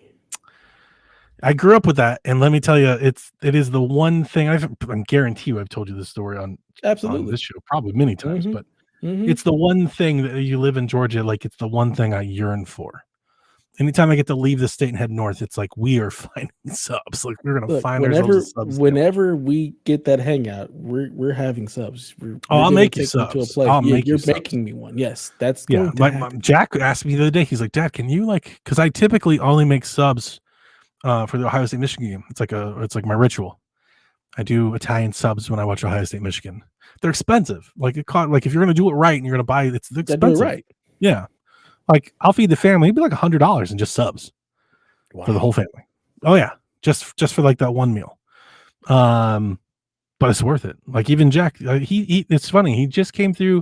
I don't know, maybe 5 or 6 weeks ago. He was like, "Can you just like make subs one night that's not for the game?" He's just like, "Can you just like make?" Because I was like, "I'm fucking damn expensive, man. Like it's not cheap." Give me that Jordan money, son. Yeah, but he made it last year. And it was his first time making with me. Yeah, he really digs them. He loves them. Good sub go a long way. It's good soul food. Yeah, we need that. We don't eat it on pickles like some fucking Yeah, street it's trash. Like, fucking nonsense. God damn it. See, you and make me want to American take your cheese smoke too. away Like, from what you the now, Joe. You really are homeless Joe now with your I have pickleness. so many questions. Yeah, like were you eating like American cheese? You got Kraft cheese on that motherfucker? Like, what is it, bologna? Like, what are you eating? I shouldn't hate on bologna. I like bologna. Bologna's good. Sorry. Fried bologna sandwich is real nice. Little Gets tomato. Yeah. Gets it done. Very good. D Life says, if you could have any superpower, what would it be? How can I make this sexual? It's a good That's where my question. brain goes. Yeah, mine is just I'm lazy and I'm going to teleport everywhere. I want to be able to teleport. That's Anywhere a I good wanna one. go, There's a quality just of there. life there. You just like Mm-hmm. you get instant transmission. You know, like I Yeah, just saved basically. all that Just- time. I'm there. That's pretty good. Never have to fly on another plane. Just wherever I want to be. There I Yeah, am. you are making a very compelling case. Just the convenience of life, Yeah. having all of that time and stress taken away Mm-hmm. is like you'd extend your life by like 20 years just Yeah. doing that. It's either that or the ability to just stop time whenever I want to. So just wake up right before the alarm goes off, stop time, and sleep for as long as I want. Oh, Wake up, restart time, and I can just be that hits fresh. hard. Never have to deal with traffic because I can just stop time and go around all of it all. That's And- my answer. I think that answer's better. Yeah. Yeah, that's a good answer. Yeah. Those are I'm always stuck up with when it comes to superpowers. Find yourself in a bad Just situation, you just like end it out and just leave. stop Just, like, time. walk out. I'm out. Yeah. That's real good. I mean, it's also can be used for very nefarious things. I can basically never have to worry about money. Just Yeah, that's fine too. Yeah, so it's better than instant transmission. it is. There's more applicability there. I'd have the right answer to everything all the time. Stop, Google, Basically. research that shit. Mhm. Mhm. Unlike this podcast where I'm like, what are superpower? Like, what's superpower? Like, I don't even remember superpowers. Yeah. Yeah. Although, God, you just it's stop time- time and play games. yeah, exactly. Wait a minute, See, no, this because is- like the games wouldn't still play, right? Like everything's stopped. I don't think so. I think that's Yeah, so that would be- here's Yeah. here's the thing. I don't know if you ever saw a TV show called Out of This World. This is where my whole basis for the superpower comes from. She has the ability to stop time. However, she can bring anybody or anything into her stream of time. So if she just grabs somebody, they're now unfrozen and they can exist in time the way she does. The same way with anything else she wants to do. Do It can you still exist age out while of time time. is frozen? That I don't know. That one was never covered because she was a teenager, but that's deep. where my whole idea for this basis of time. Because then, I can stop time. I can play a video game, take a nap, then decide I want to go. Playing to the work. video game is like, Bruh. if I could, yeah, like that really hits hard. It's like, you know what? I need a couple hours of uninterrupted time before I go to work. Oh man, work would be great. Yeah, I'd always be happy because I'd always be very well rested. I'd be well fed. I'd never have to deal with traffic. Anytime anything was stress, you would just like pause, get a snack, calm down, come back. Oh, it's so good. Good answer. That's way better than like laser eyes or supervision or whatever the other stuff is. Yeah. I feel like all the other, like the powerful ones, you just get arrested or like the world would turn on you. Basically. Yeah. They're not going to let that fly. Yeah, absolutely not. Especially a black Superman. No. Not even a little bit. No way in hell. I was trying to think of like X-Men. Are there any X-Men that have stuff that I like to do? Not really. Iceman, Wolverine, Magneto, Cyclops. Magneto's a pretty cool power. His powers are fucking dope. Yes. There's a lot of applicability there too. Mm-hmm. A lot. There's metal in everything. Everything. Right, so you're unstoppable, basically. You can find your way out of so many things. Mm-hmm. You're in a place you don't want to be. Water breaks. pipe broke, doors jammed. Yeah. You know, like so many things could just conveniently go wrong around you with like just a little nudge of your like finger. Like it's pretty legit. Yeah. Car in front of you don't like, you know, somebody, you know, it's just like it's very easy. That'd be the one I'd pick. Yeah. I'm still going my time manipulation. I don't know, like the ability to just yeet people. You can't do that with time. That's pretty good though. You can't do that with time. But I mean, if you're yeeting people, you might get caught. There might be some. I kind of want to like fuck with people a little bit. You know? I mean, you can do that with time manipulation for sure. Yeah, but like I'm sitting in your office and I just like, you know, move my finger and like your computer just like fucking crunches on the inside, just like snap your CPU in half.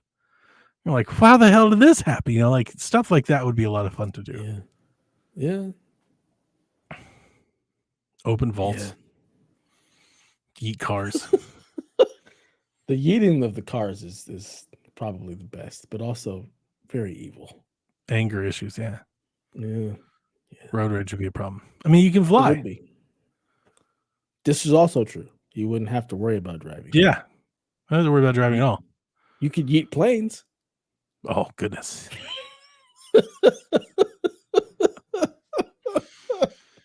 Yeah. I like that one. I would just like rip off like armored trucks. Yeah. Just, like I would just drive and be like, well, you just fall over and the door just opens and now the money's mine. I'm just going to leave. Yeah. But see, the problem with that is there might be cameras. You might get caught. You know. Nah. You get masked. They can't stop you. They can't really stop you or do anything. Like, they can't really do anything. But I could also just stop time and just take if I just picked up a car and ran it into the armored truck, and the armored truck just got in a car wreck. That's true. It's not my fault the money just went all over the place and bag just happened to fly into my car. I didn't do anything. Yeah. There is that. Yeah. It's a tough one because you get to unleash the rage that you have and still make off with the money. You know? Yeah. It's a tough call. Now we you know what, Delvin, whenever you hear this, you need to let us know. We need it. Yeah. He was needed here tonight. Yeah. Rad bastard. I wonder what he would pick. What do you think? What would Delvin do? I have no idea. He'd probably just be Green Lantern. You know, that's probably what it is. He's just gonna be the Green Flashlight. He's just like, I have a ring and it lets me. I don't. What does the Green Lantern do? Whatever he wants, honestly. It's like the Wonder Woman allows him to create. No, because the Wonder Woman can't just create stuff. So like that lantern, you can create objects, create whatever it wants. Yeah. But does he create like? Can he create like a plane and just fly in it? Yeah. Yeah. So is it like matter or is it light? Like what is it? It's like matter. He can basically construct matter to create molecules. Whatever he wants. Yeah. Ooh, so you just jogged my memory. I have no idea what Cyborg does, but in the movie, I want to do what Cyborg could do. He's just manipulate like all the internet and databases. I just want to look at the ATM and just be like, I have extra money now. Like, yeah, that part. Because then I never even go to work. Like, let alone like you're trying to make work better. It's like, fuck work.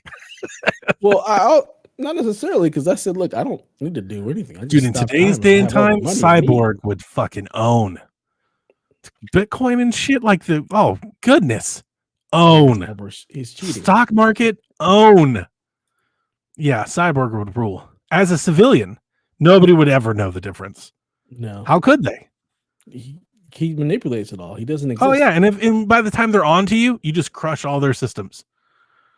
They're like, I'm tracing all the system completely burned down. There's nothing to trace. Entire systems corrupted and encrypted. And no, like if let's say you transferred a bunch of money to your account and people are tracing where the money came from.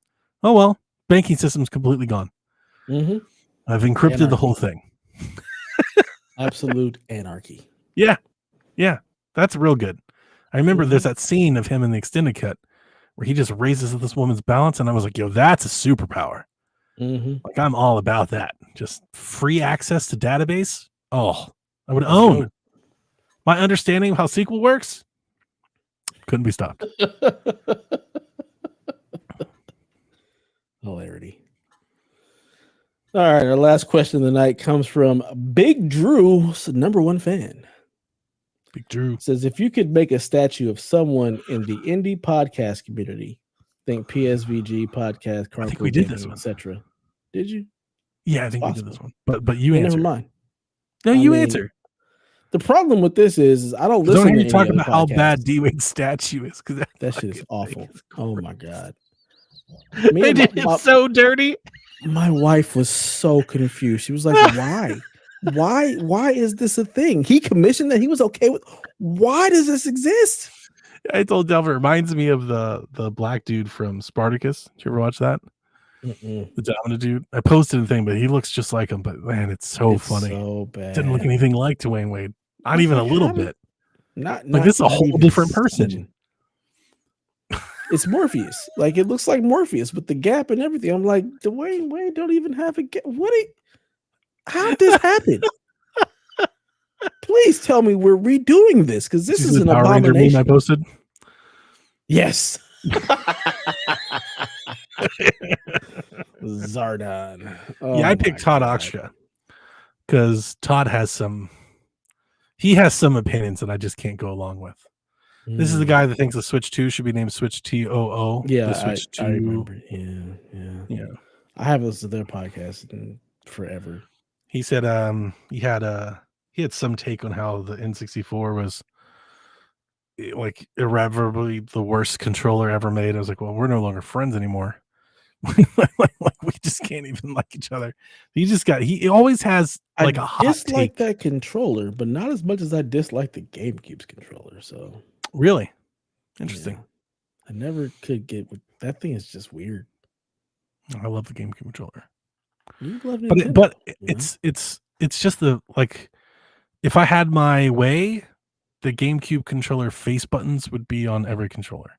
ABXY for me is like ideal. I think it's the best way to do it. Yeah, I'm just Super Nintendo to PlayStation. That's where my controller will always live. You're just like, I like this and I don't want any change. I was open to change at the time, and then like playing GameCube, I was like, why isn't every controller's face button just like this?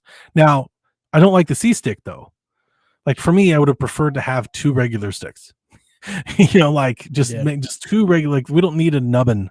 Like there's no need. Like I don't mind it. Like I use it, but it's like this wasn't necessary, nubbin. right? It also doesn't have dual bumpers. It only has the Z button, the 1 bumper.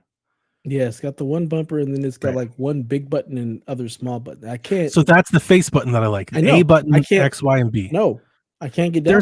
That's bullshit. See, here's the reason why. Is there not that? Like I understand that you've got exactly where all the buttons are. I get it. But because the buttons are different shapes and the primarily like the way you use them, like you don't need to know what button, like you can feel it. It's almost like Braille. Like the controller communicates to you.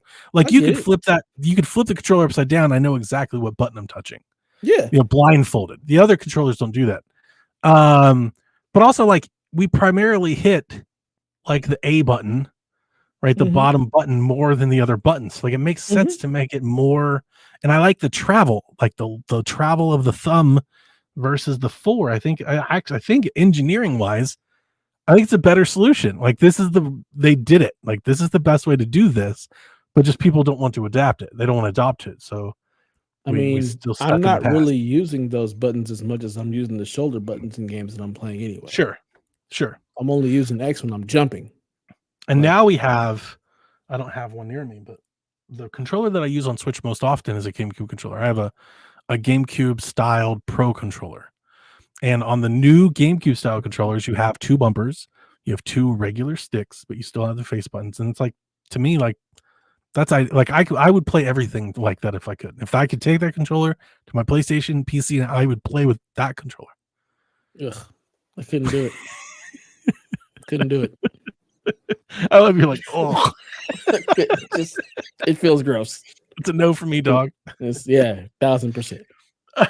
Yeah. The 64 controller, I will say, I understand why those that don't like it hate it. It's foreign and it's completely different.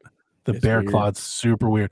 And the crazy thing about the controller is that depending on the game, you'll hold it differently.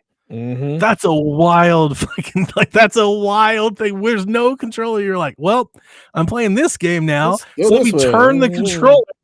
It's just like what? It's like playing a game with like a bop it or something. That's exactly what it is. But we did it. And I will admit that I no longer play in 64 with the standard controller anymore. That's why we have these pro controllers, and then I have adapted to these now. I still can, but honestly, my hands, I'm not sure if it's just because I got fat or old. My hands feel bigger now than like I can't hold it like there's not enough room before. Like I used to have. Well, it's because we're older and we're bigger. So yes, Yeah. our hands are larger. So like I think I was playing GoldenEye or something, and like holding the middle grip with the thumbstick, like I felt like the index finger was like pushing up against the other grip. Like I couldn't. I was like, this just not comfortable anymore. I would just be mad, like trying to play N64 with one stick. I would just be mad. Like, this is stupid. Why is this even a thing? They had movement buttons on the C sticks for certain games. Like you had to move with the C buttons. I remember that.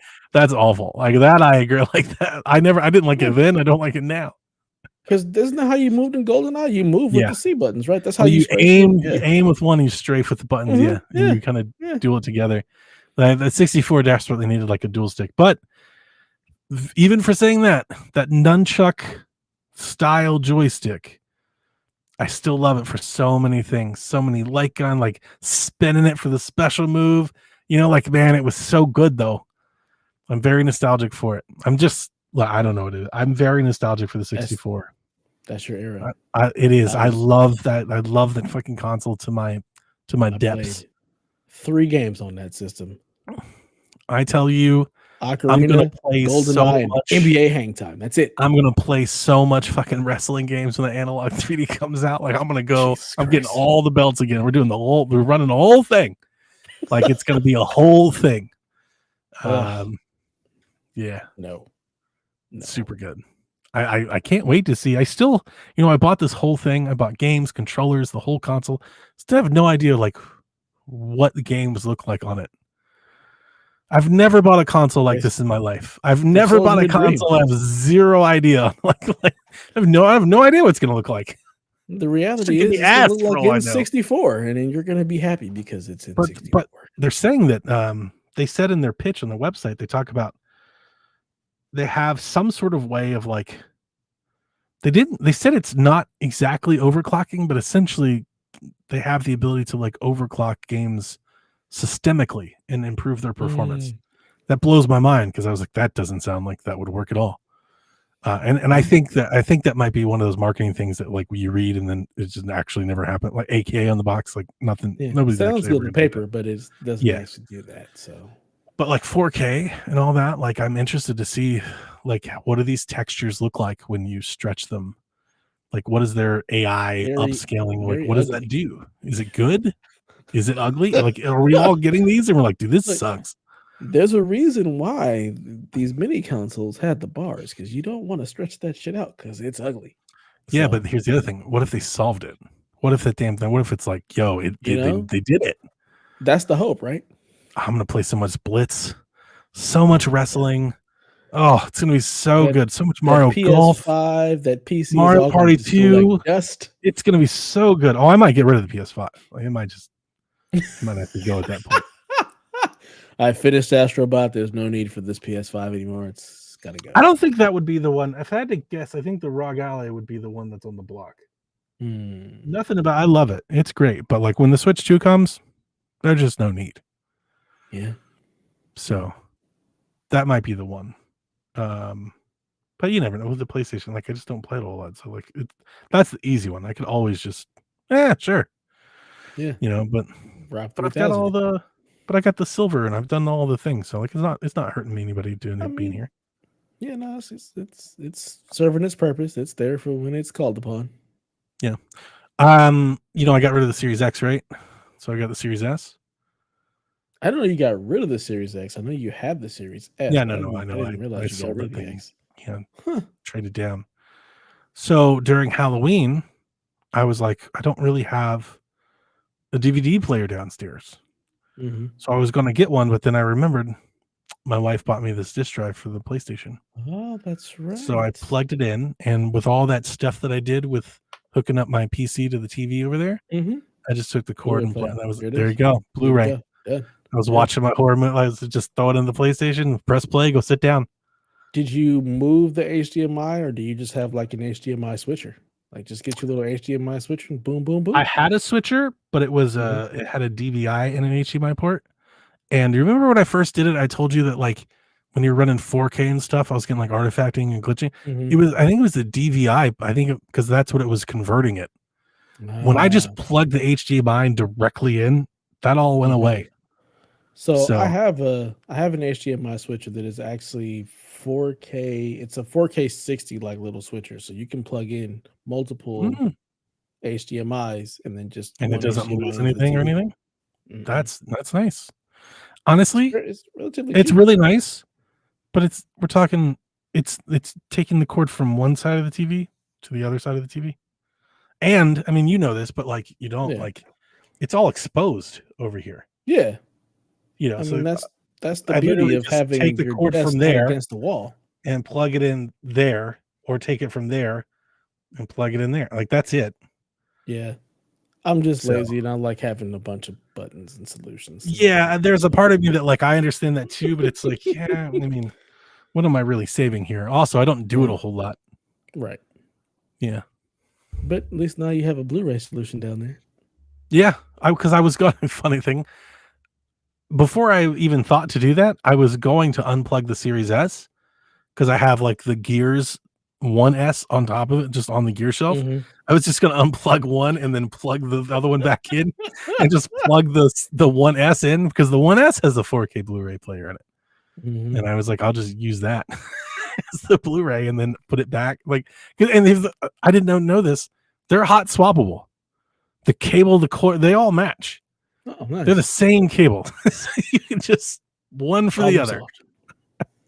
But this is much easier. But I got the stupid fat plate on it now. No. So Prego. Preggers here. Little Preggers. All right, let's land this plane. It's been a night. This has been therapeutic. I'm glad we and podcasted. Yeah, I feel better. I do too. That's good. Definitely needed this. So thank you for joining me, Donnie. I'm glad we did this. This was good. This was good. In light of everything, this was a good time. So until next time, please play some video games. Nobody sleeping in the middle of the bed. The middle of the bed is only where you do the business.